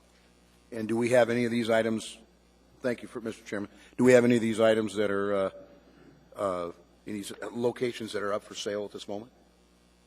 No, we're here to get permission for that. Okay. So, Mr. Holman? Yes, thank you. Mr. Starr, sir? And just for clarity, we already have the titles to these properties. The foreclosure actions have already taken place. We have the deeds in hand. So now we're the licensed and registered owner for these properties. Is that right?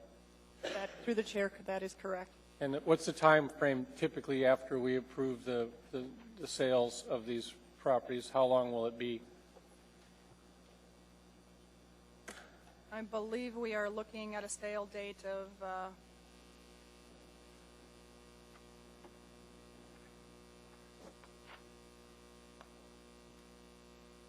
Mr. Starr? I'm waiting on the answer. Okay. April 14th. Okay, thank you.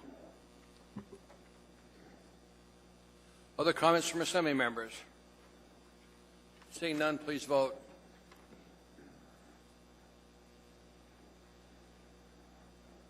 That item was approved by the body. Mr. Chair, Ma'am? Mr. Chair, may I have a moment of personal privilege? Go ahead, ma'am. Mr. Chair, I have passed out to Assembly members an unnumbered AO number 2015- yet to be numbered. I'd like to move to introduce. Do we have a third? Okay, move second and third. Let me read the title, if I could. An ordinance of the Anchorage Municipal Assembly amending Anchorage Municipal Code Title III to clarify and provide authority to the Board of Trustees in the exercise of trust, administration, and fiduciary responsibilities under the Retiree Medical Funding Program, Trust for Police Officers and Firefighters. Mr. Chair, I'd like to set the public hearing at our first meeting in April, which I believe is April 14th. That is correct. Is there any objection from Assembly members? I know you do, but I'm just going to ask the polite question, ma'am. May I ask a clarifying question, Mr. Chairman? Go ahead. Is the intent of the mover of this item that this would be a substitute for item 13A and that she will therefore be asking that we postpone that item to be concurrent? Is this a substitute? Or different? This is different. This is a totally different approach. But it's the idea is that item 13A would be either postponed indefinitely or postponed at least until we take this up? My intent with 13A will be to postpone it indefinitely. I don't know if the body will agree, but that's my intent. Thank you. Okay.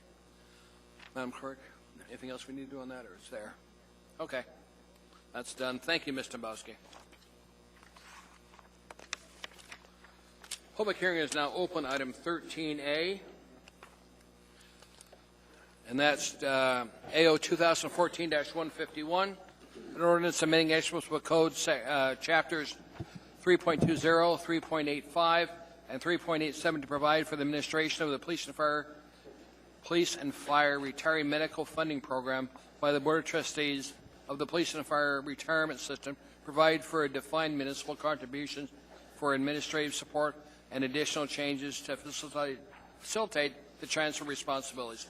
Public hearing on this item is now open. Anybody wish to testify, please come forward. Thank you. We'll need your name and spell your last name, please. Susan, S-U-Z-A-N, Mullane, M-U-L-L-A-N-E. Thank you, ma'am. I'm going to have to leave early because I have a 4:30 conference call in the morning in D.C.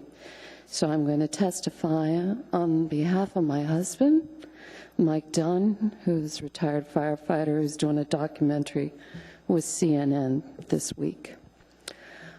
Just a little historical perspective, ladies and gentlemen, and thank you for giving me the time to speak.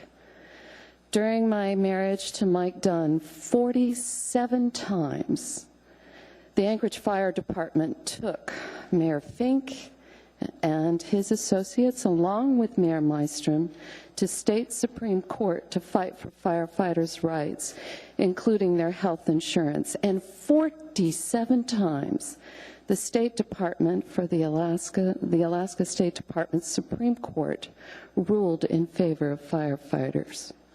And here we are again, and I can't believe this, that retired firefighters are having a potential loss of a vested interest and voice on the committee that protects their rights for their health insurance trust, along with the police department, their brethren. I can't understand why that this issue is even coming up, except I frame it as political fodder. Ladies and gentlemen, my husband worked very hard at Station 4. He responded to murders and suicides, in addition to SIDS babies and hangings and body recovery in the inlet, ladies and gentlemen, and fought meth labs. He spent 2 weeks in a solution tank because he was burned on a blowout. He saved hundreds of lives. Many of his brethren have been sick.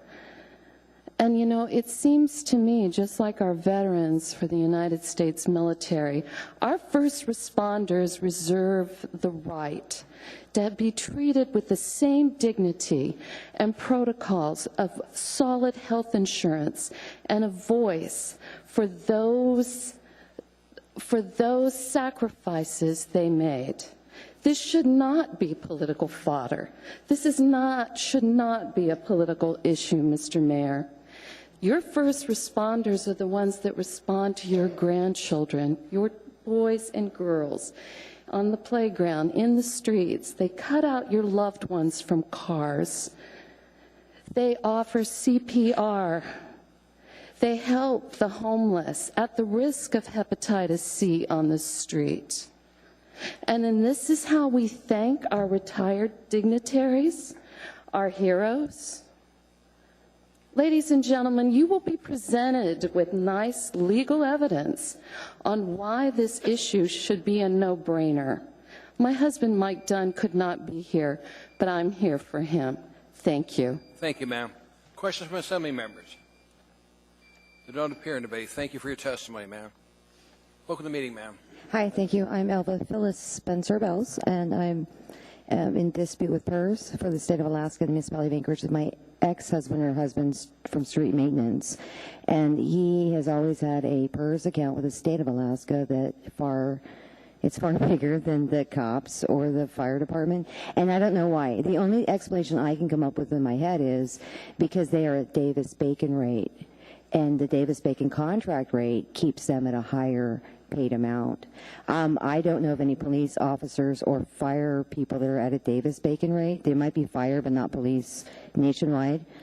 I think if there were, then the police department would get a substantial pay cut.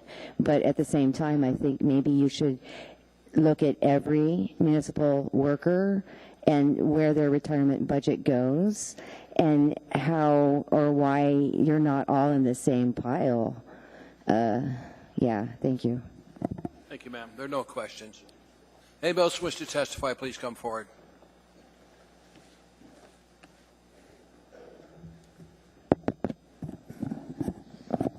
Ladies and gentlemen of the Assembly, my name is Michael Gaddy. I'm a partner with the law firm of Walforth, Brecht, and Cartledge. I'm here tonight representing the Medical Trust, and I have with me Don Crone, who's president of the trust. And we're here to thank you all for the hard work that you do every day, and the mayor as well, and everyone on his staff. However, we're not here to pound the table or pound our fist. We just want to suggest very politely and courteously to you that 151 is not the right approach. And when you look at it, it's sort of a little bit of a tempest in a teapot. There was an internal audit that raised a few issues about the trust, and then all of a sudden, for a meager savings of $8,000, and when you read the summary of economic effects, it's very meager savings of $8,000, there's this movement to consolidate the medical trust and the retiree trust. However, I submit to you that there's other considerations aside from the Assembly just legislatively attempting to consolidate the two trusts.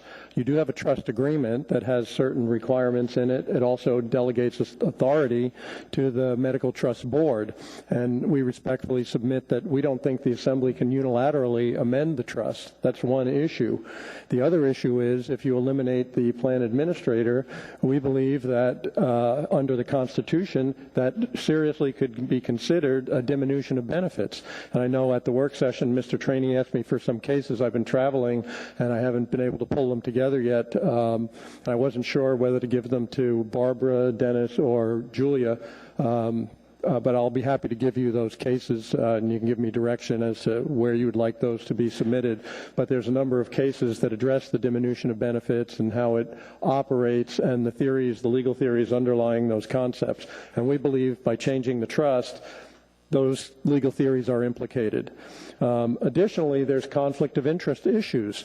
The retiree trust is totally different than the medical trust. Their purposes are totally different, and I think it would be very hard for a trustee wearing two hats to sort of separate themselves from the different roles that each of those trusts is required to accomplish.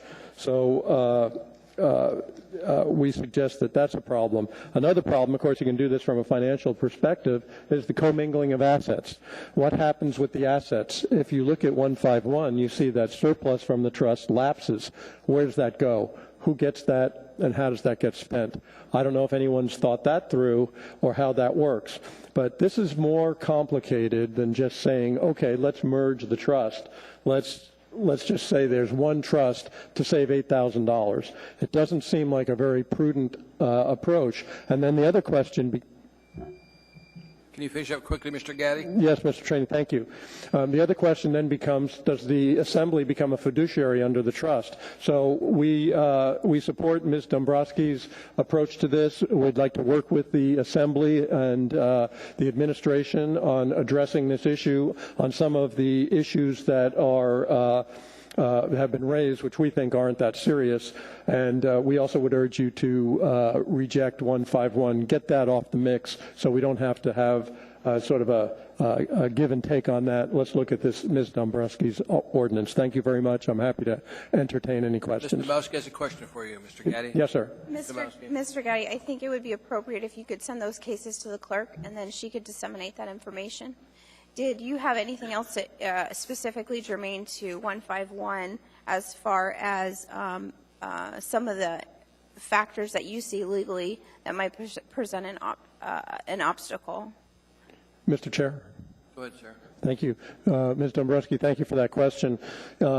Well, first of all, I think there is a pretty good argument there's a diminution of benefits under the Constitution, a diminution or impairment of benefits, particularly if you eliminate a plan administrator who's been assigned to represent the trust and exercise fiduciary duty.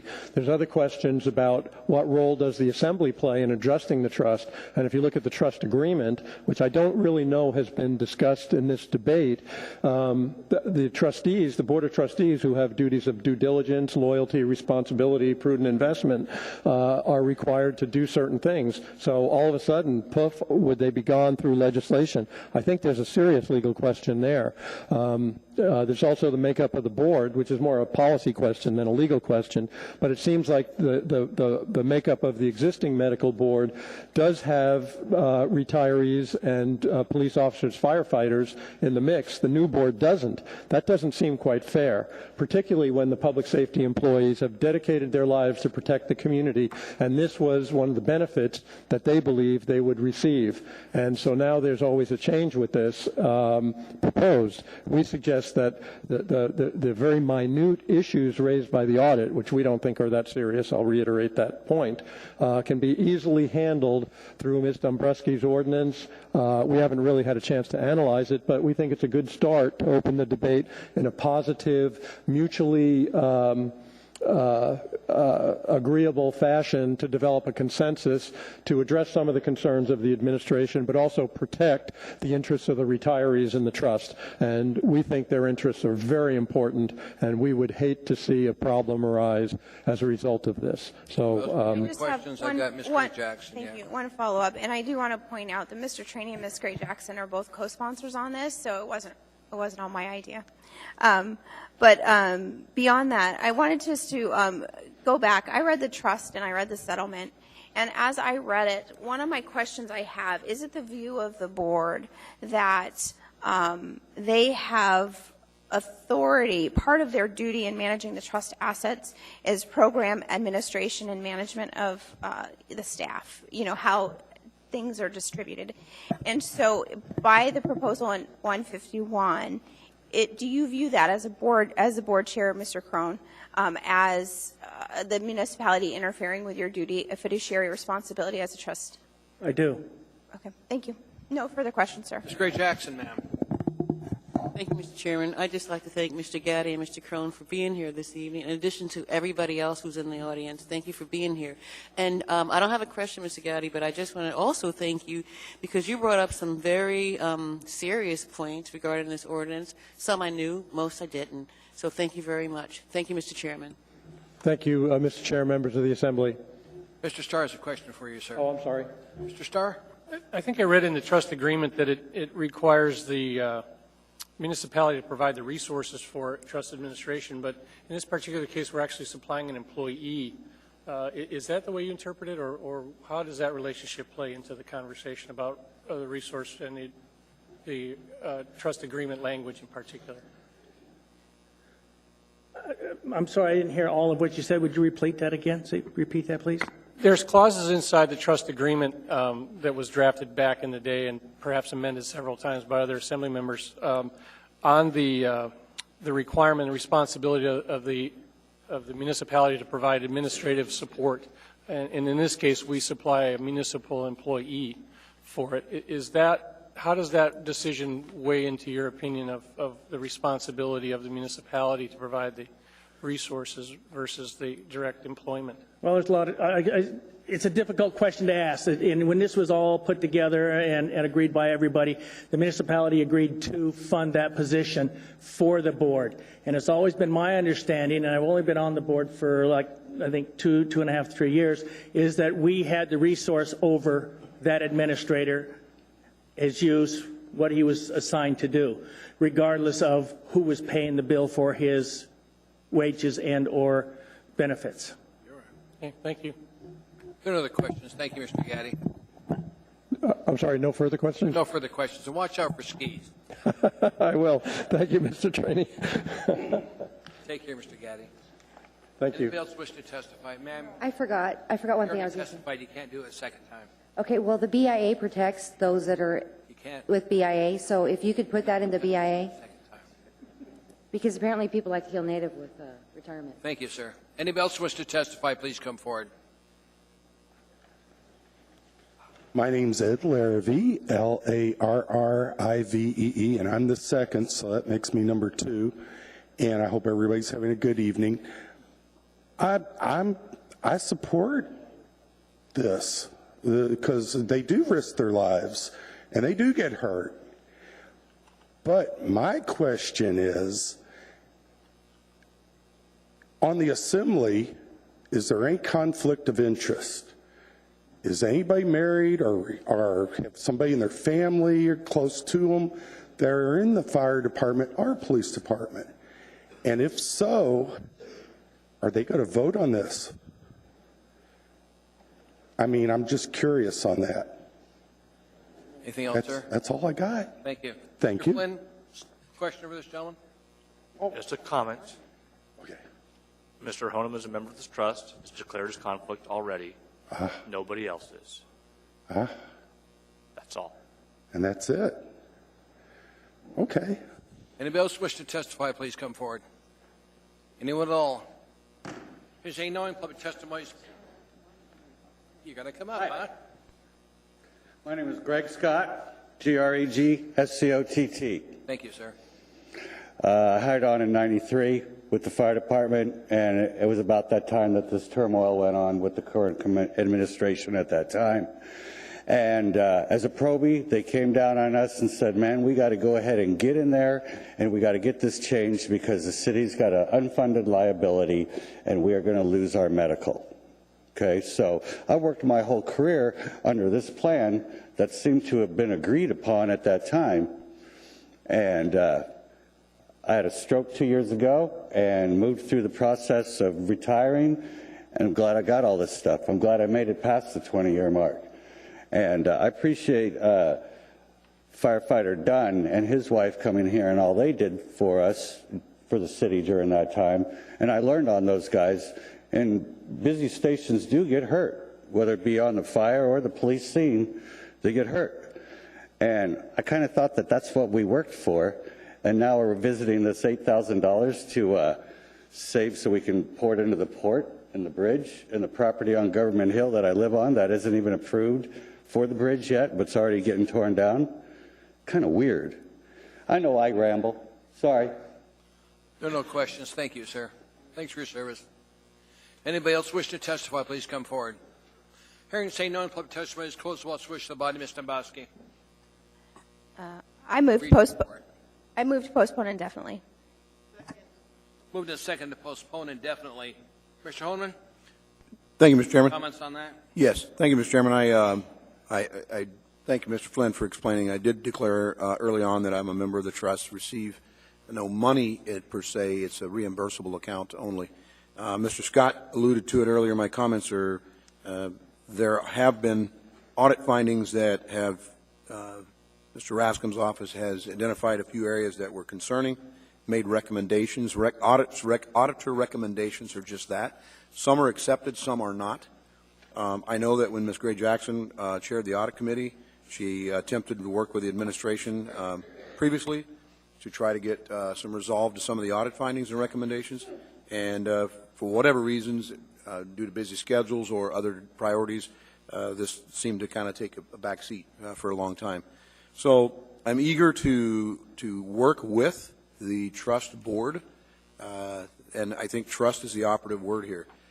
For 20 years, some of the issues that the auditors found and the municipal attorneys identified has existed. I can't believe that something that just we woke up a couple of days ago or a couple of months ago and decided that we had to address this immediately and right now to fix a liability of concern.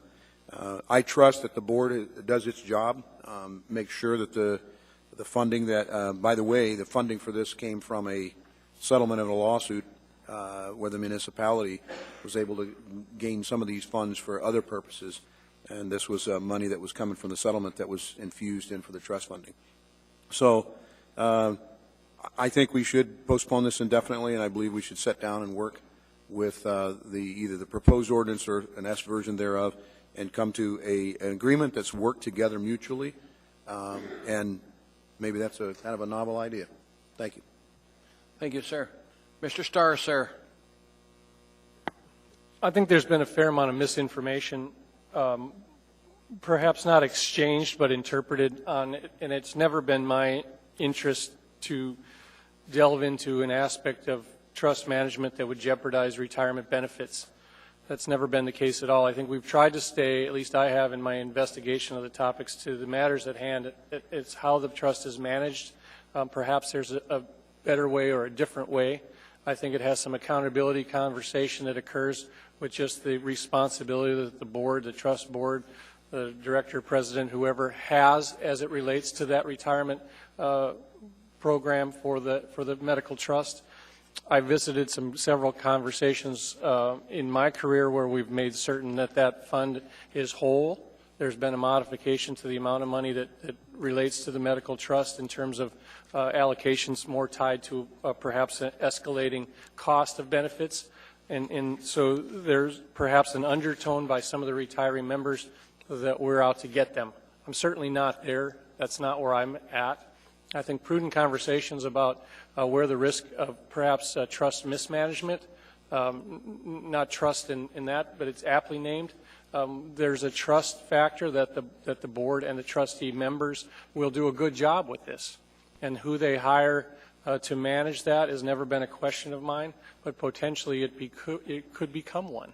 And I think that the public, and particularly the trustee members, would look to us to say what happened. I certainly don't ever want that day to occur. I don't think we're there, but I don't disagree with the conversation to say, does it make sense to combine vested people, meaning the board members of two somewhat similar trusts, into one entity to ensure the public's and retirees' trust is fulfilled? I have no trouble with that conversation.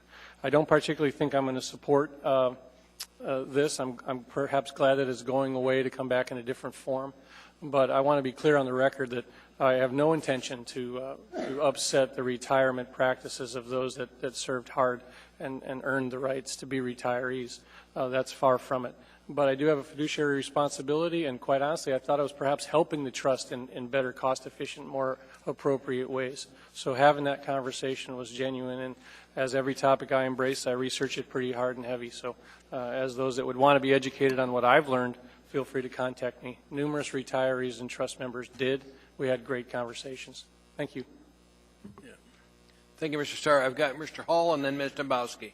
Mr. Hall, sir. Thank you, Mr. Chairman. I'm going to be a no vote on the motion to postpone indefinitely. I don't have a problem with postponing this until the first meeting in April when we consider this item here. But quite honestly, it's really hard to listen to public testimony, compare two different documents when we've got a 5-page laid on the table in front of us. So have no problem with postponing this item and taking it up after we address this other item in April. Ms. Dombrowski, ma'am. Thank you, Mr. Chair. This is quite a night for me. I get to talk about my expertise in dentistry and trust administration. It doesn't happen very often. Is your office going to be open in the back? No charge. Just for edification of the public, what we have here is we have a trust agreement it was alluded to earlier, but we have a trust that was established as a result of a settlement. So we have two basically legal documents. You have a settlement agreement and you have a trust document. So when we talk about fiduciary responsibility and trust management, the fiduciary responsibility is not vested with the Assembly, it's vested with the Board of Trustees. In this case, that's exactly what it is. It's a Board of Trustees. So those are 2 points that are very key, because if you read the trust agreement and the settlement agreement together, you recognize the Assembly cannot unilaterally make changes to the trust or the administration of that trust without the authority of the Board. That didn't happen. This item before us, 151, was never referred to the Board. The Board did not endorse it. In fact, the Board, if my recollection serves, unanimously rejected 151, which tells me that if we were to accept something like this, we put every other taxpayer's dollars at risk, because I think it opens up legal liability for the municipality of Anchorage. And Mr. Larrabee, just to be incredibly clear, my husband is an Anchorage firefighter, but not a member of this trust in any way. So I just wanted to point that out. But also, let's go a little further. So I've been working on this issue for almost a year now, just trying to find a solution between the administration and the Board. And there are two totally different trusts here.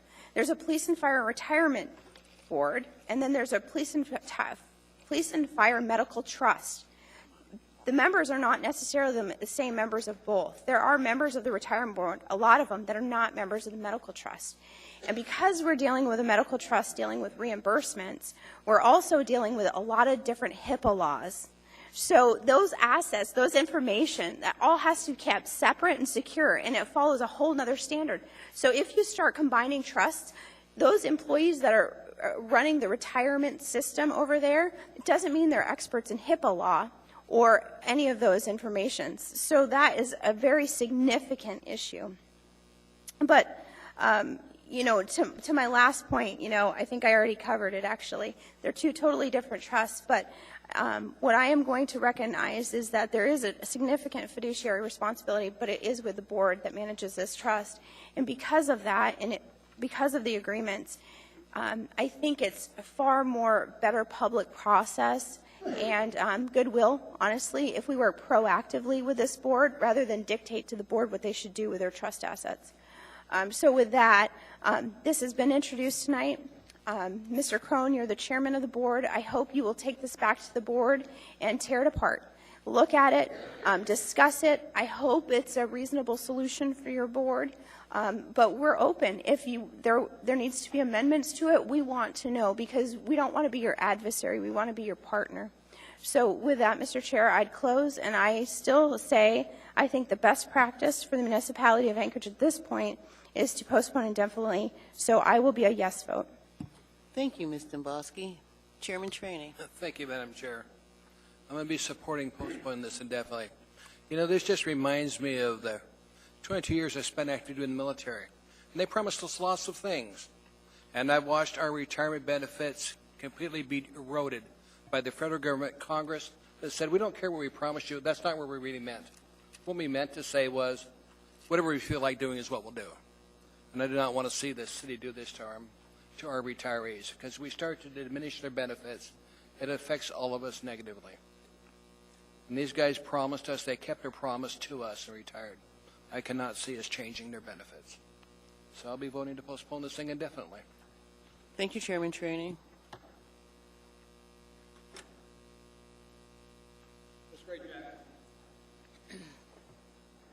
Thank you, Mr. Chairman. Yeah, and I'll be really, really brief. But first off, I want to thank Ms. Dombrowski for her comments, and everybody else's for that matter. And I want to thank Mr. Honeman for reminding folks that I tried to work, when I was chair of the audit committee, tried to work with the administration and folks from the board, and it just didn't happen, and that's really too bad. And then all of a sudden, and I hate to say this, but I'm going to say it anyway, this reminds me of AO 37. Out of nowhere comes this ordinance, and it's simply unacceptable. We need to work together to come up with a solution and then move on. After all, a promise is a promise. Thank you, Mr. Chairman. Thank you, ma'am. Please vote. Yes, we'll postpone this item indefinitely, and no, we'll not.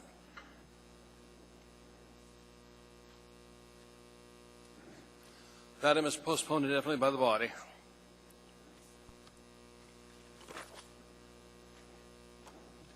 Mr. Chairman. Now we're moving on. Yes, sir. I have a question about the upcoming items. 13B now, is this related to the... I'm going to read this to you.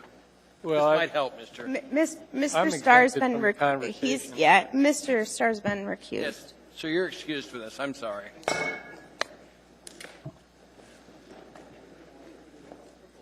Now I'm going to open the public hearing on these items, 3 items, 13B, C, and D, on the assessment for Marston Avenue and Foraker Drive road improvements, and the Turnagain Heights Water Improvement District and the Turnagain Heights Lateral Improvement District. But I'm going to entertain a motion from the Assembly to continue the public hearing and postpone action until our meeting of March 24th. Mr. Chair? Yes. The intent this evening was to open these items for public testimony. Open it. Yeah, I just wanted to make sure that public knew that even though we're opening, if they want to testify on the 24th. Absolutely, ma'am. Okay. We want to make sure the public has an opportunity to see and review the Assembly decision on remand before the people testify. So if you want to come forward and testify, you can, but keep in mind we're not going to take action on this. We're going to continue this to our meeting on the 24th. Saying that, the public hearing is now open on item 13B, 13C, and 13D. If you want to testify, please come forward, state your name clearly for the record, spell your last name.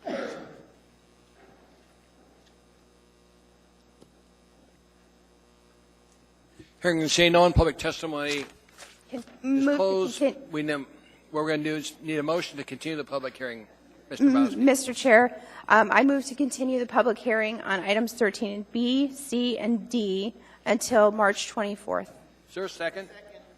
Ask unanimous. That will come back up in front of us on the meeting of 3/24/2015.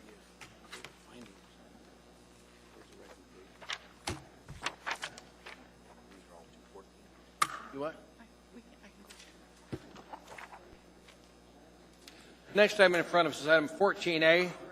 Under new public hearings, resolution error 2015-52, resolution of the municipality bankers appropriating $150,000 from the other fines and forfeitures revenue from the federal seizures and forfeitures to the federal/state fine and forfeiture fund 257 for use by the Anchorage Police Department. Anybody wish to testify on this item?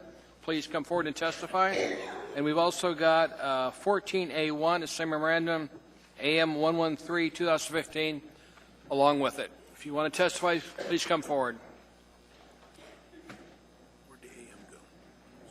Anyone at all? Hearing, saying no, and public testimony is closed. What's the wish of the body? Second. Mr. Starr, sir. Chief, we visited taking money out of the forfeiture funds before for special purposes, and I want to make sure we've vetted the use of this money into the guidelines that are appropriate under the terms established for taking money out of the forfeiture fund. Is it allowable use? Hello, Chief. Good evening, Mr. Starr, through the chair. The expenditures that we know of that we're going to do out of this money do meet the asset forfeiture federal guidelines.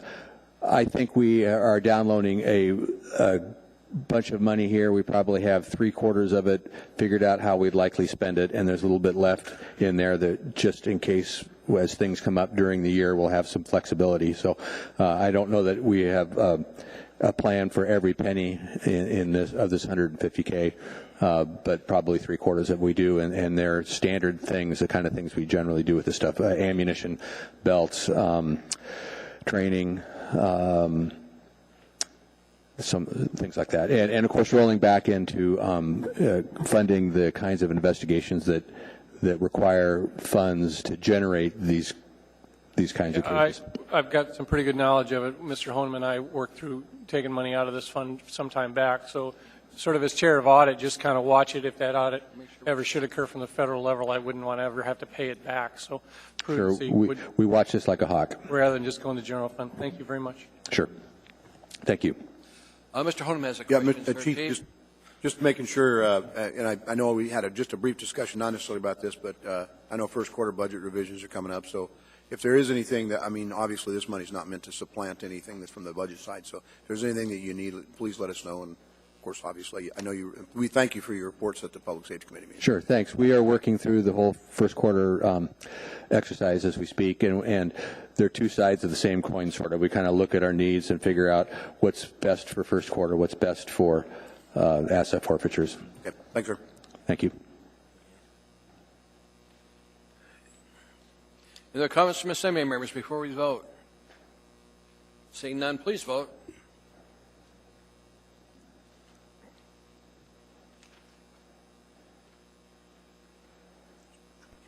That item was approved unanimously. Next item in front of us is item 14B, Ordinance AO 2015-14, an ordinance amending Ames Municipal Code, Chapter 3.30, Part 17, Personal Rules, to change classification associated with the municipal treasurer, executive position. Public hearing on this item is now open. Anybody wish to testify, please come forward. And there's also a 14B1, the same memorandum, AM 79-2015, along with it. Anybody wish to testify, please come forward. Anyone at all? Hearing and seeing no one, public testimony is closed. What's the wish of the body? Move to approve.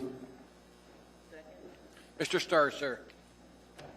Through the chair, Ms. Geyer, the expanded responsibilities talk about the oversight of the municipal trust fund, yet we I believe somewhere in the process we appropriated just shy of $900,000 to a trust manager. Can you explain the role of this executive position over that management firm that we hired to actually do the work? Through the chair, Mr. Starr, Mr. Moore, our treasurer, is responsible for the day-to-day evaluation and management of the trust. He works with the Board of Trustees that oversees the MOA Trust Fund. He's very involved in the analysis that is associated with deciding whether those investment managers are performing their role appropriately. And he's an integral member of my staff, and we rely on him very heavily for his analytical skills in looking at revenue as well. So the contract that we have with the management companies, in this case of the trust fund management companies, will they be a direct report then to the treasurer or to you still? I think Mr. Moore could answer that question, sir, better than me, but I believe they report directly to Mr. Moore and the Investment Advisory Committee. Yes, the second part of the answer I think is the more correct part for me in terms of that. The expanded duties thing is sort of my questioning realm on that, not to mention your capabilities. I tote them every chance I get, but does that scare you in terms of that added responsibility that's listed here on paper, the management of the municipal trust? No, it doesn't. I started as the treasurer in 1999, which is right when the trust started investing. And basically the treasurer is sort of the manager of the managers. So and I'm actually the sole named fiduciary. There's just one fiduciary for that MOA trust. But it's been that way for a long time. And it's about 1/3 of my job. And when you see that appropriation that came earlier this evening for introduction, about 1/3 of the cost of the department ID, the org that I work in, is charged to the MOA Trust for my time and the time of the administrative assistant.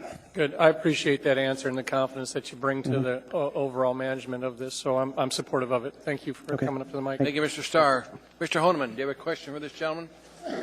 No, I know that if we take the person out of the issue, it depersonalizes it, so to speak. I mean, certainly I know Mr. Moore has in his capabilities, and I guess I have a question to the administration. Is there an intent to create a position of OMB director forward? Is it still a funded position in the org chart?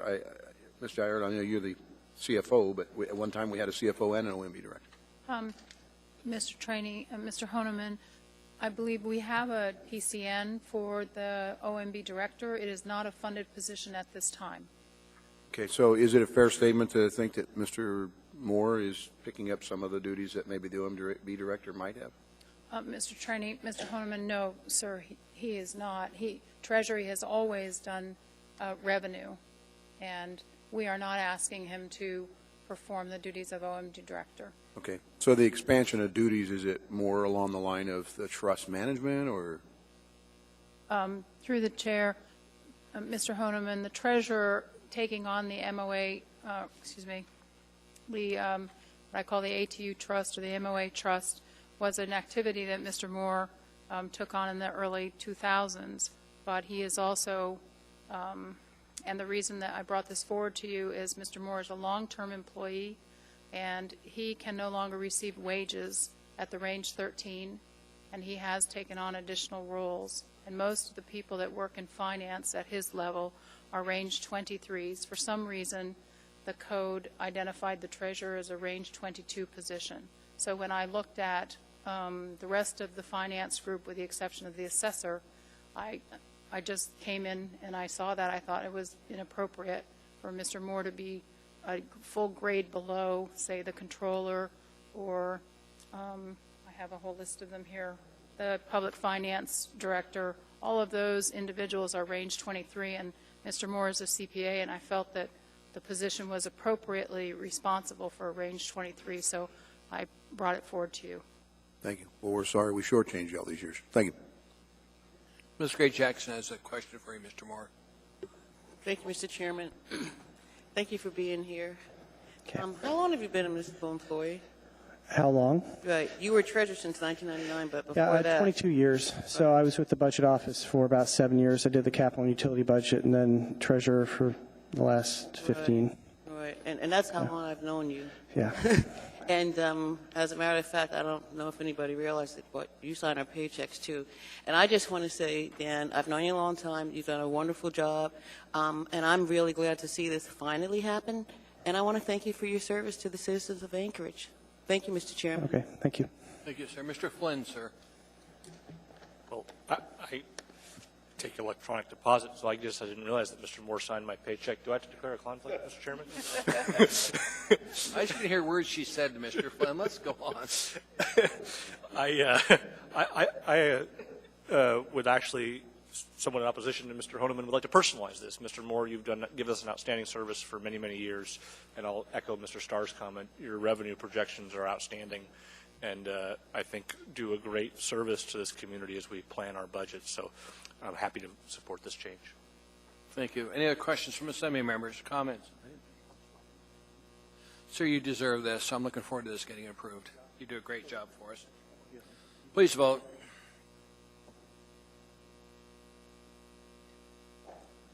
That's approved unanimously. Take care, sir. Next item in front is item 14C, ordinance AO 2015-15, ordinance authorizing a lease of municipal property as a portion of Heritage Land Bank parcel 4-033, legally described as the southeast 1/4 of northwest 1/4 of section 32, T13N, R4W, 3rd Meridian, located at 8000 West End Road, to the Salvation Army, a nonprofit corporation, for the operation of the Cliff Row Center at less than fair market value. And there's the same memorandum that comes with it. 14C1, the same memorandum, AM 81-2015. Public hearing on this item is now open. Anybody wish to testify, please come forward. Hello, ma'am. Hi there, Elva Phyllis Spencer Bells again, and thank you for that, at least something. But I'm just wondering if they're going to pay for the lease with the grants that you give them. Why is it leased out and it says less than the value? What's the price? Because there's a big need for rehab. in this town amongst the homeless or close to be homeless or domestic violence in this town with the alcoholics and the drug addicts. And irregardless of whether or not you corrected a BIA HUD grant or a HUD grant period to get that there, people want to know how much it costs and how much it's actually just going back to the huge account that you call commingling. Thank you. Thank you, ma'am. Anybody that's wish to testify on this item, come forward, please. Anyone at all? Hearing, say no on public testimony is closed. What's the wish of the body? Move to approve. Second. Assembly comments? Only- Mr. Honeman, then Mr. Starr. No, Mr. Starr goes first. No, that's okay. I think the Starr. value of the lease is not to be stated that we're giving it away. The Salvation Army is still going to pay upwards of $73,000 a year for the rights to use that space that the city owns out there. So that's perhaps more than they would want to pay. But again, it's measured against fair market value. So $73,000 contribution for a service that's wonderfully performed. So thank you for that, Salvation Army. Thank you, Mr. Starr. Mr. Honeman. Yeah, I second what Mr. Starr's comment was. My only, I guess, request would be, I would hope that, I don't know if Salvation Army folks are here tonight or Clitheroe, but we really are deficit in our community beds for detox, and I'm hopeful we can find some revenue to help make that up, but I challenge the Clitheroe Center and the Salvation Army to help us partner with trying to find this new revenue. Thank you. Thank you, Mr. Honeman. Other comments from Assembly members? Seeing none, please vote.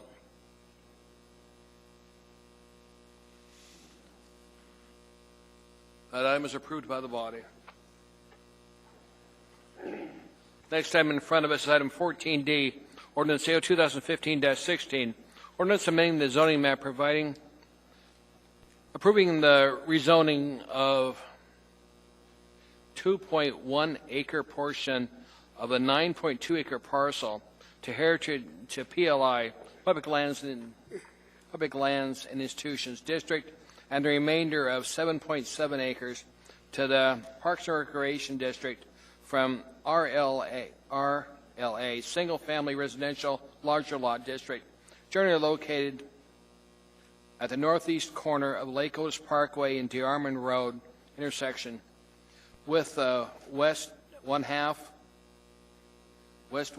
southwest 1/4, southwest 1/4 of Section 28, TL2N R3W, SM Alaska Community Development Department. And there is item 14D1, a same memorandum, AM 86, 2015. Anybody wish to testify, please come forward. Welcome, ma'am.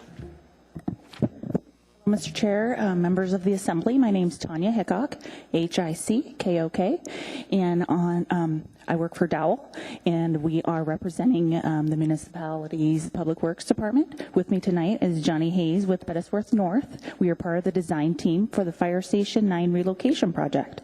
And this ordinance before you tonight is in support of the Fire Station 9 project, which has been going on since 2012. It had quite a bit of significant public outreach, going to the local community councils, Huffman, O'Malley, Ocean View, as well as Halo, and as well as having a public meeting just specifically for this project.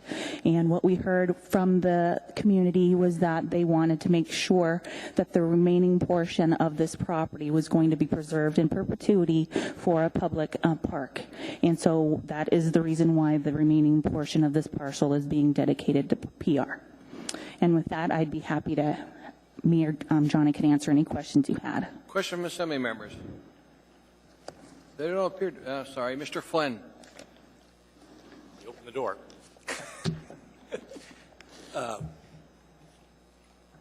We've had a little bit of controversy over this parcel, which is why I'm sure you were employed and have spent a lot of time on this. And I certainly am supportive of additional parkland for this area of town. The Lower Hillside doesn't have a lot of parkland, actually. Question is, how confident are you that you're reserving enough land for PLI land for the fire station for future needs? Johnny Hayes, Hayes. We've gone through a pretty significant site development design effort, and that project's moving forward. There's not any indication that there's a requirement for expansion. The fire department has a 4-minute response time, and so they're sort of using their services and have a very efficient plan to move their services through stations around town. So there's, from our end, there's been no need for expansion, but the 2 acres would certainly allow for incremental expansion. I mean, you couldn't double the size of the fire station, but there would be room for expansion on the existing parcel. The existing design is 3 bays? 4 bays, sir. 4 bays? And you could expand to? That 6 would be pushing it, maybe 5. But that would take a considerable remodel effort. Thank you. So, Mr. Flynn, sir, thank you. Mr. Starr? Just in the course of development, the utilities are towards the front of the Armin, so we don't really have to rip and tear into the forested area behind the fire station. Not behind, but there is a small portion on the southeast corner that we have to for water and sewer extension to the neighborhood to the east. Okay, but that's probably more related to the fire station than the Yes. open space park behind. Yes. Okay, thank you. There don't appear any other questions. Thank you. Thank you. Anybody else wishing to testify on this item, please come forward. Anyone at all? Hearing, saying no one. Public testimony is closed. What's the wish of the body? Move to approve. Moved and seconded. Comments from assembly members? Please vote.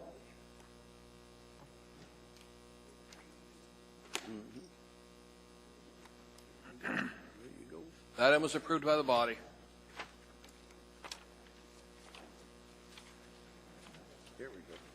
Next item in front of us is item 14E, ordinance AO 2015-17, an ordinance of the municipality of Anchorage amending the Hillside District Plan, land use plan map 2.1 to classify lands to public facility utility. Use classification for the proposed Track 1, Fire Station 9 subdivision containing. Waive reading. Thank you. And there's an accompanying 14E1, the same memorandum, AM 87, 2015. Public hearing on this item is now open. Anybody wish to testify, please come forward. State your name for the record. Hearing and saying no one, public testimony is closed. What's the wish of the body? Second. Move to second. Discussion from assembly members. Please vote.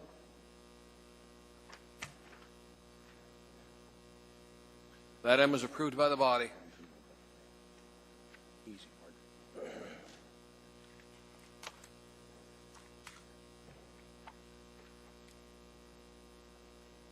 We're now down to item 14F, ordinance 2015-18.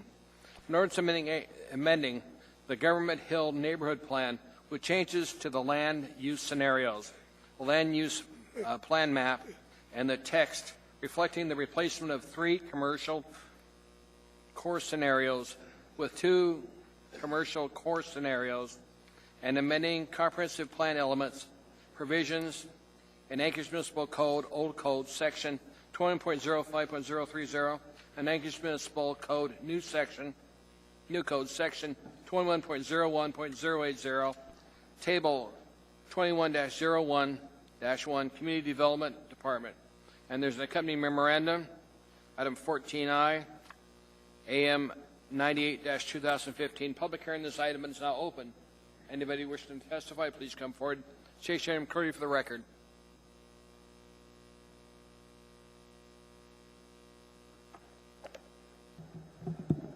Welcome, sir. Good evening. Thank you. John Cecil, CECIL, Senior Planner with the Long Range Planning Section, Community Development Department. And just here to answer any questions that you may have regarding the Government Hill Neighborhood Plan, which you adopted, the Assembly adopted a little over 2 years ago in 2013. This amendment to the Government Hill Neighborhood Plan regarding the commercial core scenarios was prepared in response to a request from the Planning and Zoning Commission. And so P&Z asked the Government Hill Community Council and the Planning Division to work through some issues that P&Z had identified regarding the 3 commercial core scenarios.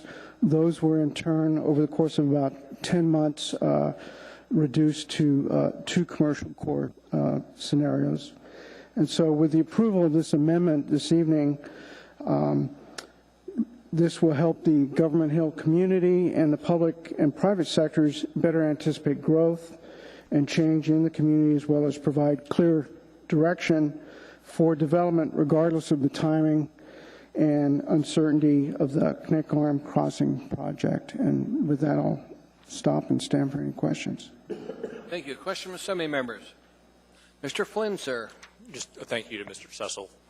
Been in touch with some of the community council members, and I appreciate your work with them. Thank you. There don't appear any other questions yet, sir. Thank you. Okay, thank you. Anybody else wishing to testify, please come forward. Welcome, sir. Thank you. My name is Bob French, F-R-E-N-C-H. I'm a former president of the Government Hill Community Council, but I'm currently just a citizen there, a resident, I guess. I'd like to encourage that you go ahead and vote for this amendment. It has been a very long process that we've worked through with both planning and zoning and through the municipal planning department. And I think that we've come up with a couple of good alternatives. One that is basically looking at a scenario with a bridge coming, and then another without the bridge moving forward. So, and I'd like to say that those 2 scenarios are not mutually exclusive. It was designed particularly so that, you know, say that the Connect Arm Bridge is postponed indefinitely. The proposed plan still wouldn't block that eventual, I guess, construction there. So there's been a little bit of questions on whether or not the Connect Arm Bridge is still going. I think it's probably good to understand that there are still something like 7 DOT employees whose only job is to create this bridge, and they're charging ahead pretty much full speed in trying to get the other 9/10 of the $1 billion that they need to build the bridge. So anyway, if you have any questions or comments, I'd like to entertain them. Questions from assembly members? Sir, there doesn't appear to be any, but thank you for your testimony. Thank you. Anybody else wish to testify, please come forward. Anyone at all? Hearing and seeing no one, public testimony is closed. What's the wish of the body? Move to approve. Second. Discussion from assembly members. Please vote.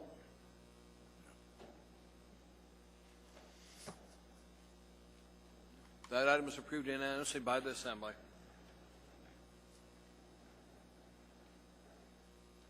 Next item in front of us, item 14G, ordinance AO 2015-19, ordinance of the Anchorage Municipal Assembly, amending Anchorage Municipal Code, section 21.08.050, street lighting improvements for collector streets located in Class B improvement areas under Title 21 New Code. Public hearing on this item is now open. Anybody wishing to testify, please come forward. I know it's one Jennifer wants to, but it's tough to open it up. Anybody wish to testify, please come forward. Not seeing anyone. Ms. Johnston? Yes, I'd like to move to continue public hearing on this item until March 24th. Second. Moved to second. Ms. Johnston? Actually, that was in the ordinance as far as our public hearing date, and that's when we're prepared for. There are some issues as far as language here that we're trying to work out with the Public Works Department and the school district, so we need the extra time too. Thank you, ma'am. Mr. Starr, sir, on the motion to postpone? It is. I have a question. It's a little bit into the debate, but Ms. Johnston, do you forecast that other schools with non-hazardous walking routes will be required to comply? I've got several in my district, for example, Alpenglow, Ravenwood, both right. Extended corridors. So do I need to alert my community that there's a potential change? Actually, I'm working quite diligently with Ms. Osiander on this, And she's very aware, and we're trying to work with Mr. Abbott to make sure that this doesn't cause an undue effect as far as Eagle River. Well, I understand her knowledge base with that, but Ms. Osiander left the body some time ago, so if you could perhaps educate me, I can help educate my community on what you got in mind. Right. Thank you. Yeah. In the comments from assembly members? If not, please vote on the motion to continue this item till the 24th. That was approved, and we'll come back in front of the 24th. Thanks for bringing that to our attention, Ms. Johnson. Next item in front, item 14H, ordinance 2015-20, an ordinance authorizing disposal by intergovernmental storm drain permit across Heritage Land Bank parcels 1-85, LLKF and E. Waive reading. Thank you. Yosemite Drive. Public hearing on this item is now open. Anybody wishing to testify, please come forward. State your name clearly for the record. Spell your last name. Hearing saying no one. Public hearing is closed. What's the wish of the body? Move to approve. Second. Moved in second. Discussion from assembly members. Please vote.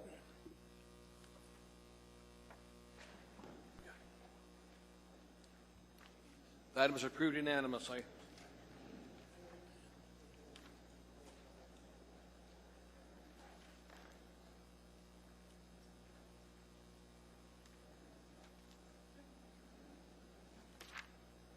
I was looking for it. There it is. Next time in front, item 14, our ordinance 2015-21, an ordinance from the Anchorage Municipal Assembly amending Anchorage Municipal Code Section 1.15.080 pertaining to advisory opinions. Municipal Clerk's Office. Public hearing on this item is now open. Anybody wish to testify, please come forward. Anyone at all? Hearing and saying no one, public testimony is closed. What's the wish of the body? Second. Moved in second. Discussion from assembly members. Mr. Starr. As Daryl's not here, is he? I didn't see him earlier tonight. I just had a question on his criterion for selection to go to expanded opinion, advisory opinion, because this empowers the ombudsman to call it a request as well. Do we have any idea that he's got a criterion for uniformity? I don't know what his criterion is. I just know that he gets a lot of people asking him, could you ask if the advisory opinion could be given? He doesn't have the capability of doing that right now, but with this, he'll have the ability. My question to Ms. Tucker then, did you help write this? Through the chair, yes, I did. Does he anticipate a uniform criterion so that we're not arbitrary on who gets an opinion advisory and who doesn't? The intent is that the more global issues that come up will get forwarded to the ethics board. So the way the code is written now, if you were to ask for an advisory opinion, Mr. Starr, that would have to be about your own actions. That is, you couldn't ask for an advisory opinion about some other elected official's actions or some hypothetical. So what happens is that in the code now there are only two offices that are on the receiving end of more global questions where it may not be so important for the person who's asking the question to be either identified or to take it forward by themselves. Because if you aren't, the way the code is drafted, if you aren't requesting an advisory opinion about your own actions, then the only alternative is to file a complaint about somebody else's actions. And so the code as drafted originally made two very clear exceptions to that, so that advisory teaching opinions requests for advisory opinions could go to the ethics board from both the municipal clerk's office and the municipal attorney's office. And this adds the Ombudsman's office to that. So, again, it's an alternative, a limited alternative to filing a complaint against somebody. And for that reason, the Ethics Board supported it, and I believe our Ethics and Elections Committee reviewed it and had no problem with it either. Yeah, and I appreciate the diligence, and it's not to make accusations that our current ombudsman couldn't and wouldn't use this new authority in an appropriate manner. My fear is that somebody perhaps could goad him into it, meaning, hey, I'm not going to ask the question, but you should, or you can. And now with the empowerment, that's my only concern. Not only concern, that's one concern I have, is that he not apply that uniformly, or his judgment require the opinion of others, and then you're back to the legal department again. Maybe the ombudsman comes to you or to our municipal attorney and says, hey, should I pull the ethics board into this or not? And it sort of becomes a circular. So I'm fine with him doing it, but also I'd also like to make sure in the teaching moments that you refer to that we have some sort of historical basis for keeping track of those in the air department and the upstairs legal department. You remember these things, and then you don't have to ask them again. So is there a mechanism that you know about? Yes, they're published. And so the advisory opinions are published. They can, when confidentiality is not waived, then they are still published, and the confidential information is removed. And that is the purpose of an advisory opinion, is to make sure that we can do some proactive learning, and so they are all logged in. Okay, well, good. Thanks for writing this and your information on it. Any other comments from assembly members? I did attend the ethics board where this came from them, asking us to give Darrell this capability. So Did I'll you be say voting. Ken Stout's name when you were? Did you say Ken Stout's name when you were there? Nobody asked them to take it back down from 55 pages, something more reasonable. Thank you And very we're much. working on that. Please vote.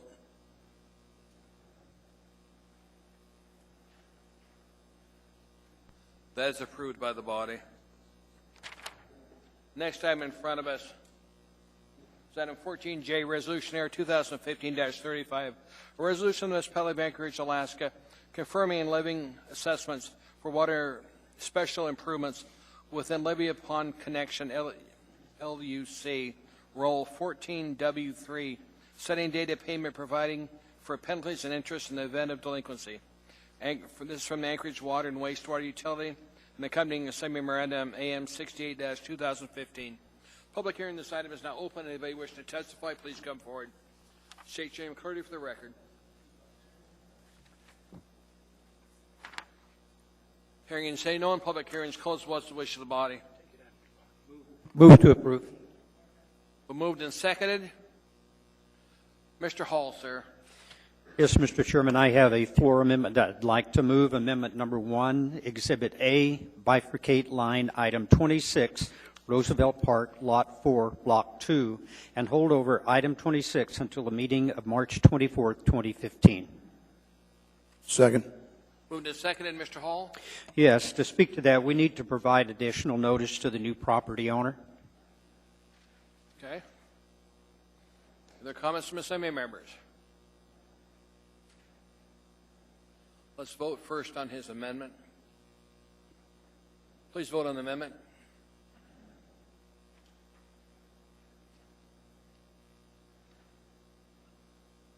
We still have one that's out there. There we go. That was approved. Mr. Hall? Anything else, sir? No, sir. We have a motion to approve 14J on the floor. Mr. Starr, sir? I just have a question, perhaps the administration. Typically, these are also accompanied by a sewer connection, levy upon connection. Do we know, is there one of those coming?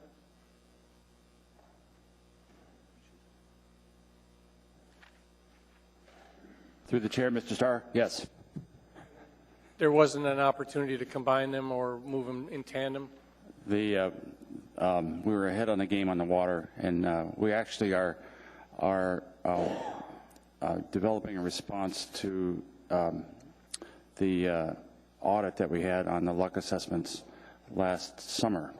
And when we talked with the Assembly about the audit results in the fall, I think it was in August, we committed to looking at our processes, and we'll have an AIM on where we stand on that process with the sewer luck roll next time. How, on the average, how long have these folks been hooked up?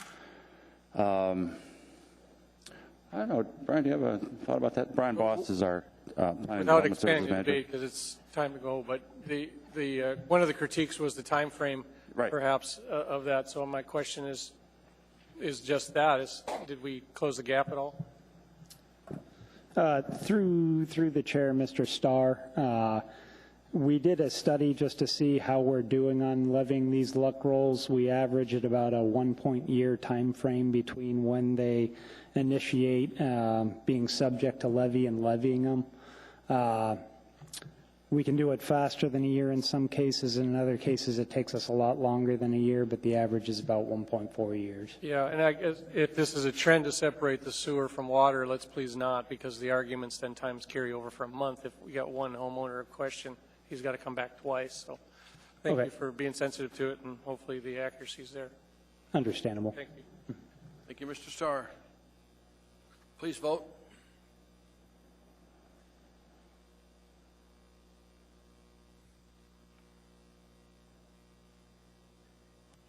He's up there. Yeah. That was approved unanimously. That was item 14J. Next item in front is item 14K. Resolution Air 2015-43, resolution of the Municipality of Anchorage appropriated $552,925 to the Public Transportation Capital Improvement Project Fund 485 as a Federal Transit Administration FTA Section 5339 grant, which when tendered from the U.S. Department of Transportation. Thank you. Public hearing on this item is now open. Anybody wishing to testify, please come forward. State your name clearly for the record. Welcome, ma'am. Thank you. It's Ella Phyllis, Spencer Bells again. I'm protesting for Route 102 to Judiac, the only rural route that serves a high taxpayer area, and the only way for people to get between Judiac, Peters Creek, possibly Eklutna, and Anchorage without getting in a short handicap type bus in certain times.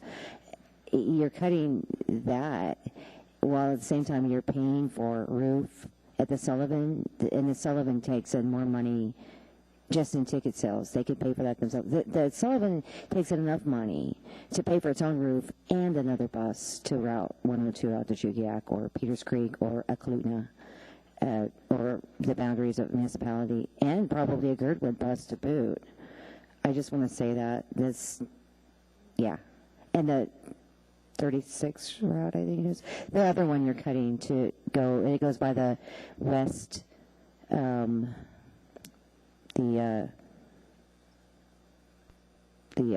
is it, the community center, West Community Center, where the children go for basketball lessons and community meetings. There's also a school there. And, yeah, the rec center, that's what it is, the recreation center. It goes right by there for a reason. And you're cutting that bus when the Sullivan Arena could easily pay for that, or the Denina, or the Egan. So, yeah, it's just, you know, and then you do get these grants directly from the federal government for transportation, but yet you're trying to cut out the only rural route and one of the only two rec center routes. Thank you. Mr. Steele has a question for you, ma'am. Mr. Steele, sir? Yeah, that 36 route is not being cut, by the way. Thank you, but the 102, which is the only rural route that goes out near Eklutna, Chugiak, Eagle River, Peters Creek, or, yeah, it's the only rural route. Thank you, ma'am. Anybody else wish to testify, please come forward. Welcome back, sir. Welcome. Thank you. The reason I get to speak twice tonight, I didn't know that this was going to come up, but I have something for you. My name is Donald Swanson. I live over in Spenard, and what is happening? They want to change the bus route from in front of my house to I got a copy. Sir, if you'll give it to the clerk, she'll make distribution. I got here a little bit early. Mr. Craney, could you just remind him that this is to purchase buses? It's Yes, but it's more. It's just another opportunity for me to speak. See, I get this one and the next one. The purchase of buses is something that I have something to say about too. Good. Okay. Now, okay. This is for next time I speak. What I'm giving out now is for next time. For right now, it's just for the buses and the transfer of the money, continual transfer of money to the people mover. But what I have to say about the continual transfer of money to the people mover, I was here last opportunity, and you transferred money to the people mover for the same thing, which allows them to buy more efficient equipment. And I agree with that. I agree with them buying more efficient equipment. I agree with them buying more cars and more buses and more stuff like that. But in the same avenue, so well, if you're going to buy all this stuff and you want us to pay, we pay for this in our federal money, but you're going to buy all this stuff, then you want us to pay for it, and then you don't want us to ride. I really don't agree with that particular the way that you're spending the money right now. But that is all I had to say about this particular grant. I particularly don't agree with that. But my spiel is for the next time. Okay. Mr. Steele has a question for you, sir. Mr. Steele. Yes, sir. If you're talking about bus route 35 over by Spenard Rec Center, 36. that route is not being cut. Okay, it's not We being. got that reinstated. Okay, well, y'all don't have to see me anymore. You don't. All right. Have a good night, sir. Thank you. Anybody else wish to testify in this item, please come forward. Hearing say no, and public testimony is closed. So what's the wish of the body? Move to approve. Discussion from assembly members. Please vote.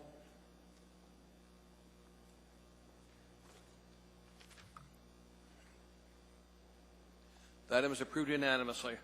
Next item in front of us is item 14L, Resolution AR 2015-44, a resolution of the municipality of Anchorage appropriating $1,866,542 to the Public Transportation Capital Improvement Project Fund 485 as a Federal Transit Administration FTA grant when tendered Waive from reading. the U.S. Thank you. Public hearing on this item is now open. Anybody wish to testify, please come forward. State your name and courtesy for the record. Anyone at all? Hearing saying no one. Public testimony is closed. What's the wish of the body? Move to approve. Mr. Starr, sir. Mr. Wilbur, could I ask you a couple questions about how things are chosen to be improved in the districts thereof for monies like this? This is already a beautiful area. It's had an amazing amount of new construction, mostly nonprofits. They don't pay many taxes up in this district. Why are we continuing to gussy up this area and others are underserved? So through the chair, Mr. Starr, in the UMed district, we've had a plan in place and we've been implementing over 10 years. This phase of the plan, we had an opportunity in working with the State Department of Transportation. They had some highway safety improvement money that they wanted to help us spend. So we took them up on their offer. This project met that need because of the incidences that are going on there. This would improve the bus stop on the north side of Providence at Alumni Drive to make it a 4-bay bus pullout with improved shelters, which is part of our larger plan. So it was It was a plan in place, an opportunity for money coming to us. That's why this project. Yeah, it's just the bond applications are there, and I mean, as these funds get tight and we have creative people like you in the positions, we need to perhaps solicit the public and private partnership arrangements to start to contribute to some of that. I tell you, if these were the matching dollars that were needed in Chugiak Eagle River, we'd find the money to match that heavy federal grant. So perhaps we can preserve, again, those bond monies that are appropriately there. So that was my next question. The bond match monies that are put in here, the authorities, the voters approved it in terms of this use? So if I can, in this particular project, Mr. Starr, given this kind of money, it's highway safety improvement does not require a match. I thought we were putting $207,000 of match money into it. The match is to provide for the not the IGCs, I can't remember the other part, but it's to help support the development of the project itself. So we have to put those monies in even if there's not matching funds because the grant doesn't cover those. Okay, great. Well, thanks for your answers and your management of the department. Thank you, sir. Mr. Honeman, sir. Yeah, Mr. Wilbur, thanks for sticking there for a minute. Mr. Starr brings up a good point, and I'm not sure that, and I recognize that we get the appropriation request through as we're doing tonight, but it would be nice to see where your priorities are on the capital improvement projects, and particularly when you get funds like these into them. I'm not sure that I can tell you where they're at. I can tell you that driving around that area all the time now, that is very needed for the expansion. So I don't challenge this project in particular, but Mr. Starr brings up a good point, Eagle River, Chugiak area improvements or anywhere else in town. So it'd be nice if we had some prioritization in a list of priorities. So we can provide that. Our prioritization is provided to the administration and the assembly through our CIP.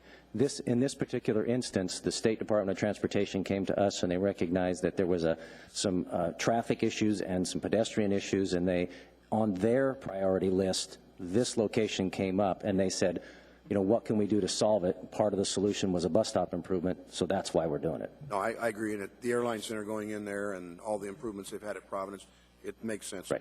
Thanks. I like where you're putting it. Okay? Thank you.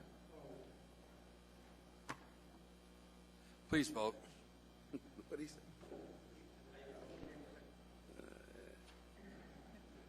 That item is approved.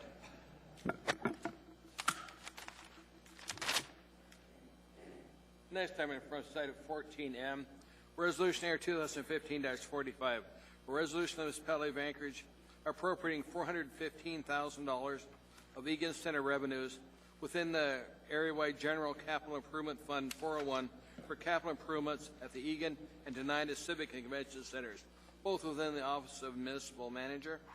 And there's an accompanying AM 90-215. Public hearing on this item is now open. Anybody wishing to testify, please come forward. State your name clearly for the record. And spell your last name. Public hearing is now open. Anybody wishing to testify, please come forward. Seeing and hearing no one, public testimony is closed. What's the wish of the body? Move to approve. Second. Comments from assembly members. Mr. Honeman. Just, you know, having just recently gone to the retreat with the Visit Anchorage and listening to the facilities section, they're doing a really good job on using whatever funds they have in the maintenance funds, and they're overseeing it fairly well. And it's good to see, and hopefully we'll have a upcoming report at a work session or something from the folks to give us some facility updates. Thanks. Thank you, Mr. Honeman. Any other comments from assembly members? If not, please vote. The item is approved by the body. Mr. Chairman, under special orders, how extensive is this going to be? Not very. Just a minute. 5 minutes, 10 minutes? Oh, not even that long. We're thinking 3. Yeah. Ms. Dembowski. Thank you, Mr. Chairman. Mr. Chairman, I move to accept AM 142-2015. Second. Moved in second. Ms. Dembowski. Mr. Chairman, I move to amend line 26. In there, it states the findings will be published on March 2nd. It should actually be March 3rd. If I can get a second. Second.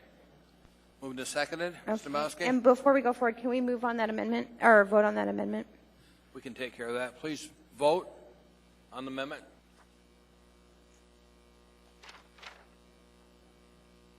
Clerk, he's not here, he's out, so.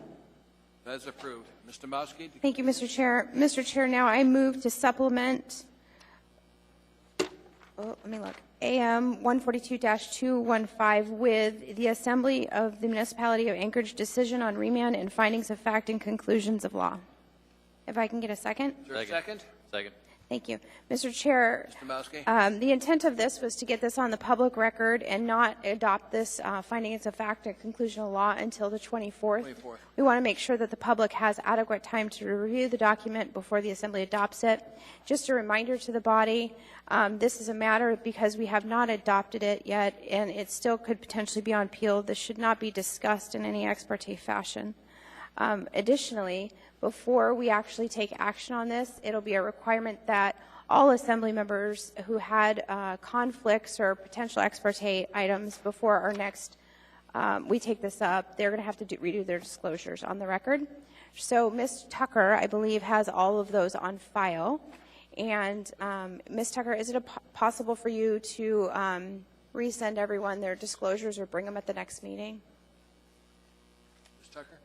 Yes, through the chair, I will follow through. Okay, and if anyone's had any conversations or potential things that you've remembered that maybe wasn't disclosed the first time, if anybody has any of those sorts of issues, please get with Assembly Council to discuss those items. And as far as the remand, what we are anticipating next meeting is the Assembly will consider the document that was given to you tonight. We anticipate adopting it at the next meeting. We'll close public testimony on the tax assessment rolls, and then after we deal with the remand findings, then we will deal with the tax rolls.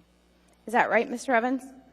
Sounds right to me. Mr. Trainee, is that what you recall? Absolutely, ma'am. Okay, so that's it in summation, and I don't think there's any action required on this until next time. No action is appropriate tonight, ma'am. So do I actually have to ask to have it held over until the 24th, moved? Madam Clerk? Or do I, if we just do nothing, will it carry over?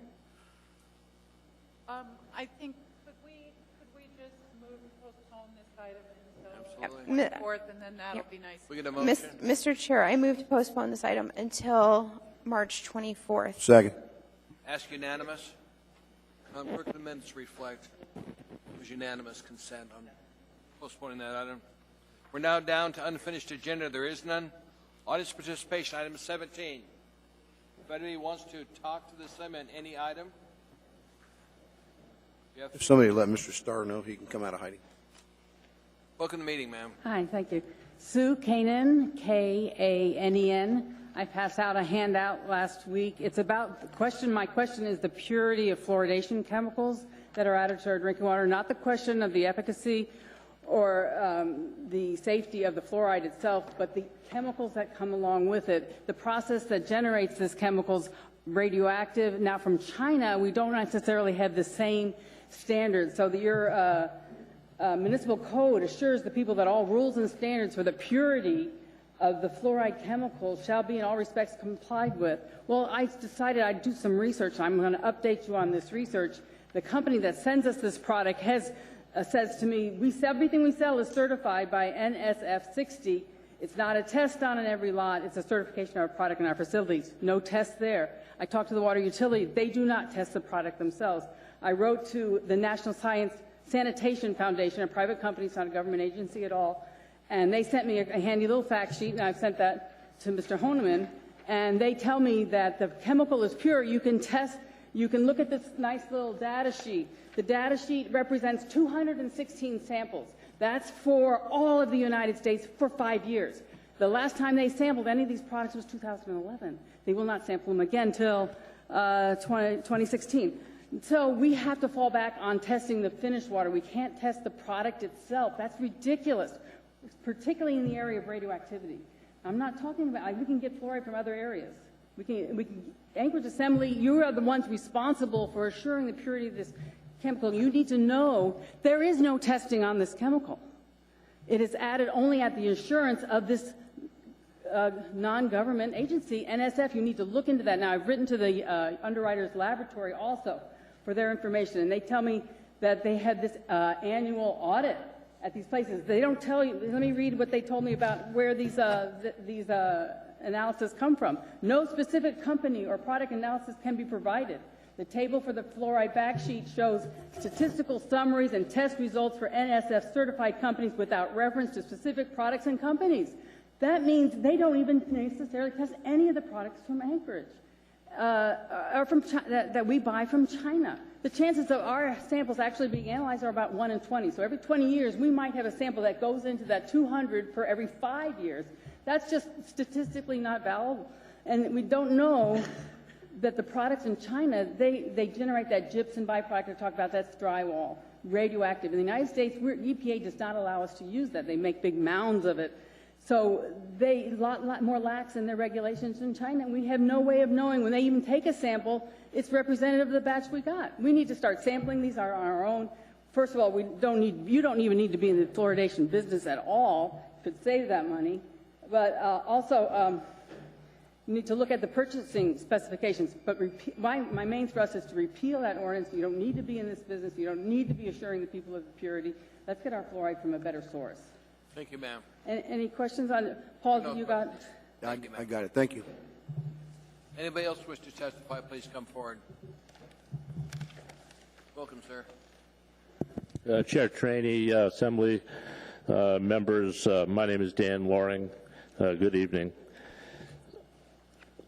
I'm before you tonight to ask for unanimous support of the Fairview Community Council resolution to protest the Spirits of Alaska liquor license on 12th and Gamble. I live in Fairview. I have been pretty active in Fairview over the years, and I can testify that that would greatly improve the neighborhood of Fairview. And over the last 20 years, there has been a lot of improvements. You know, one improvement after another. And Fairview is a great neighborhood, and it's been getting better every year for the last 20 years at least. And so would this denial of the ability of Spirits of Alaska to sell alcohol at that location fix Fairview? Is it the silver bullet? No. Will it help? Yes, and it will help a lot. And this is not an issue of anti-alcohol. This is an issue of bad management practices over a long period of time at that location. Immediately across the street, you have Barry's Lounge. You never hear any problems from Barry's Lounge. No shootings at bar break, no fights, no assaults. A different culture, 50 feet across Gamble Street. Our neighborhood have had a lot of activists that have really helped our neighborhood improve. Ruth Molden, Celeste and Paul Benson, Lee Ross, Clara Siren, Darrell Hess, and many, many others. And so I would just ask you to work hard in your deliberations and support the Anchorage Police Department as well as the Fairview community in improving our neighborhood and decreasing crime by supporting the request by the Fairview Community Council to deny Spirits of Alaska's renewal of their liquor license. Thank you. Thank you, sir. Question from Assembly members. There don't appear to be any. Thank you, sir. Anybody else wish to testify, please come forward. Well, my name's still Zed Larrivee, Larrivee-2. On the meeting we had on Saturday, I brought up this, I think it's important. Moms that are pregnant can still buy alcohol and consume it. And now with marijuana being passed, they can also consume that. And does this mess up the MRL? It may, but yet there's no ordinance or provisions saying that they can use this product while they're pregnant. I'm kind of saying to myself, oh great, you know, if she delivers, how will this affect the child? And And we kind of overlooked that. And I think this is an important matter because there's so many people that are homeless, that are pregnant, and they're using marijuana and other drugs, and they're also using alcohol. And I think if there was some way you could have some sort of ordinance saying that would slow them down using this at least, maybe this would be beneficial to our society. Also, I wanted to know, when is the next assembly meeting? Because I know you're going to get more people in on this. 24th of March. The 24th. Okay, so the 24th of this month. Okay, so out in TV land, have a good night, and I'm glad you all heard this. You all have a great night. Thank you. Any questions? There are none. Okay. Okay. Anybody else wish to testify? But I think I see what he's talking about. Welcome, ma'am. Good evening, Chairman, Assembly. I'm the Reverend Julia Seymour, S-E-Y-M-O-U-R. I'd like to thank you, Mr. Chairman, Mr. Evans, and other Assembly members who attended the meeting at First Covenant last Monday evening with regard to a need for more detox beds in Anchorage. There were over 200 citizens there. It was a very tightly run meeting, started at 7, ended at 8. We've tried to be very respectful of Mr. Trainey and Mr. Evans and their time and the others who were there. Mr. Trainey, however, said in his final comments that in order for you to understand that this was a significant issue to citizens in Anchorage, we needed to come and address the Assembly. So I've waited for 3.5 hours and a skein and a half of yarn to let you know that this is an important issue to citizens in Anchorage. I am the pastor of Lutheran Church of Hope in West Anchorage. My son is a Turn Again Tiger. He's in the Russian immersion program. I volunteer at Turn Again 5 hours a week. When he started kindergarten, I asked to go to 90% at my job. If you can do the math, 5 hours is 10% of 50. I vote in every election. I do not live in church-owned housing. My husband, who's a military officer, and I own our own home in Eagle River, on which we pay not inconsiderable property tax. So I'm volunteering, I'm paying taxes, I'm here before you, I vote, I've done my job. I'm asking you to do yours, to remember that in the City of Lights, no one should be left in the dark. We need more detox beds, we need the corresponding treatment facilities, we need the homeless coordinator position refilled. Thank you. Thank you, ma'am. Question from Assembly members. I did ask you to come here. Thank you for doing that. I told you it was not going to be really fast, remember? I got a lot of crocheting done. Well, good. Bring some more yarn. There's more time. Anybody else wishing to testify, please come forward.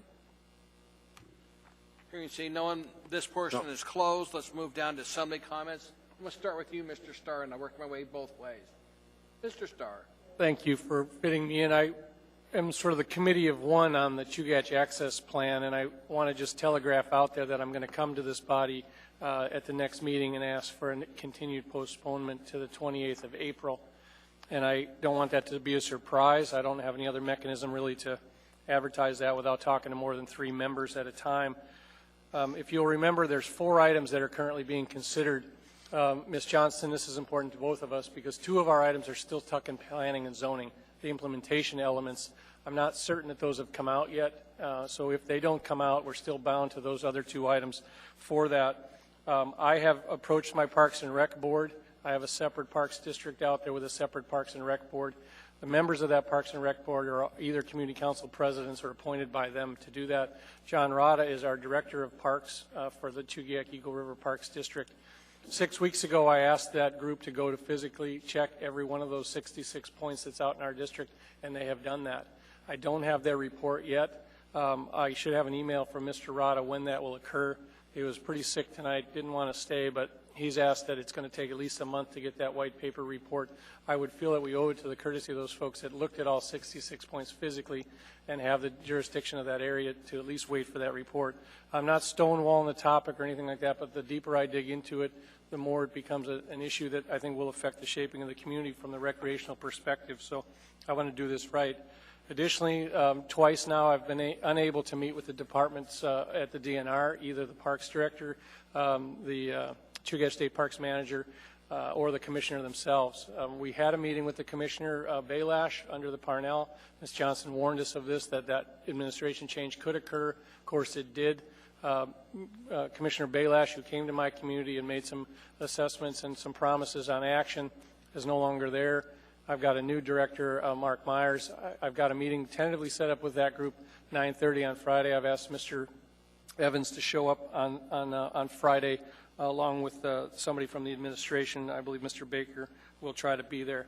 Lastly, I'll let you know from the progress I've tried to make through the communications with the chairman and the help from the clerk. I'm trying to enjoin sort of, which I think you need, is professional help. But in that case, a land planner of sorts, I've talked with one at length today, would be a great choice to perhaps package some of the comments into a workable plan for both park districts and that. So as I can perhaps bring an outside consultant on a limited task to make sense of this, or directly let him work with Mr. Rada interpreting comments, it's going to take some time. I'm not able to bring it forth on the 24th, and I don't particularly want to spend 2 weeks trying to pack it in for that. It's a far bigger topic than I can manage. So there I laid out to you that I anticipate a postponement request next meeting. Thank you. Thank you, Mr. Starr. Mr. Hall, you're leaving at 10, and here's your chance. Any other comments? No comment. Palm Springs is calling. Mr. Honeman. Thank you, Mr. Chairman. I thank you, Mr. Starr, for giving us the update, and I am looking forward to taking an action on the access plan, and look forward to hearing some information that might lead us to some adequate changes that'll make it a good product. And then I just wanted to thank my colleagues for the indulgences. I'm waiting to see what the legislature does with the marijuana issues, and after receiving some more training and just listening to the community's input, we're already hearing people not wanting to see the commercialization in their area, and I'm not sure how that's going to come out. So anyway, I just look forward to everybody giving their input to the legislature. Mr. Steele, sir. Mr. Evans, sir. Just really briefly, I just want to thank Pastor Seymour for coming out. I've been hearing great things about her from my close friends for several years, and it was nice to see you take Mr. Traney up on that challenge. Thank you. Ms. Gray Jackson. No, thank you. Mr. Flynn. Ms. Dabowski. Well, since I have the opportunity, I just want to say thank you for coming. I didn't say it while you were up here, but many of us who sit on the alcohol, drug abuse, and chronic homeless, I'm saying the title totally wrong because I'm tired, but we all recognize there's a significant need, and we're trying to find a good path to get there. So many of us find this this is a topic that many of us are passionate about, and we are committed to making sure we make the community better. And so much of that starts with treatment. So thank you for your comments.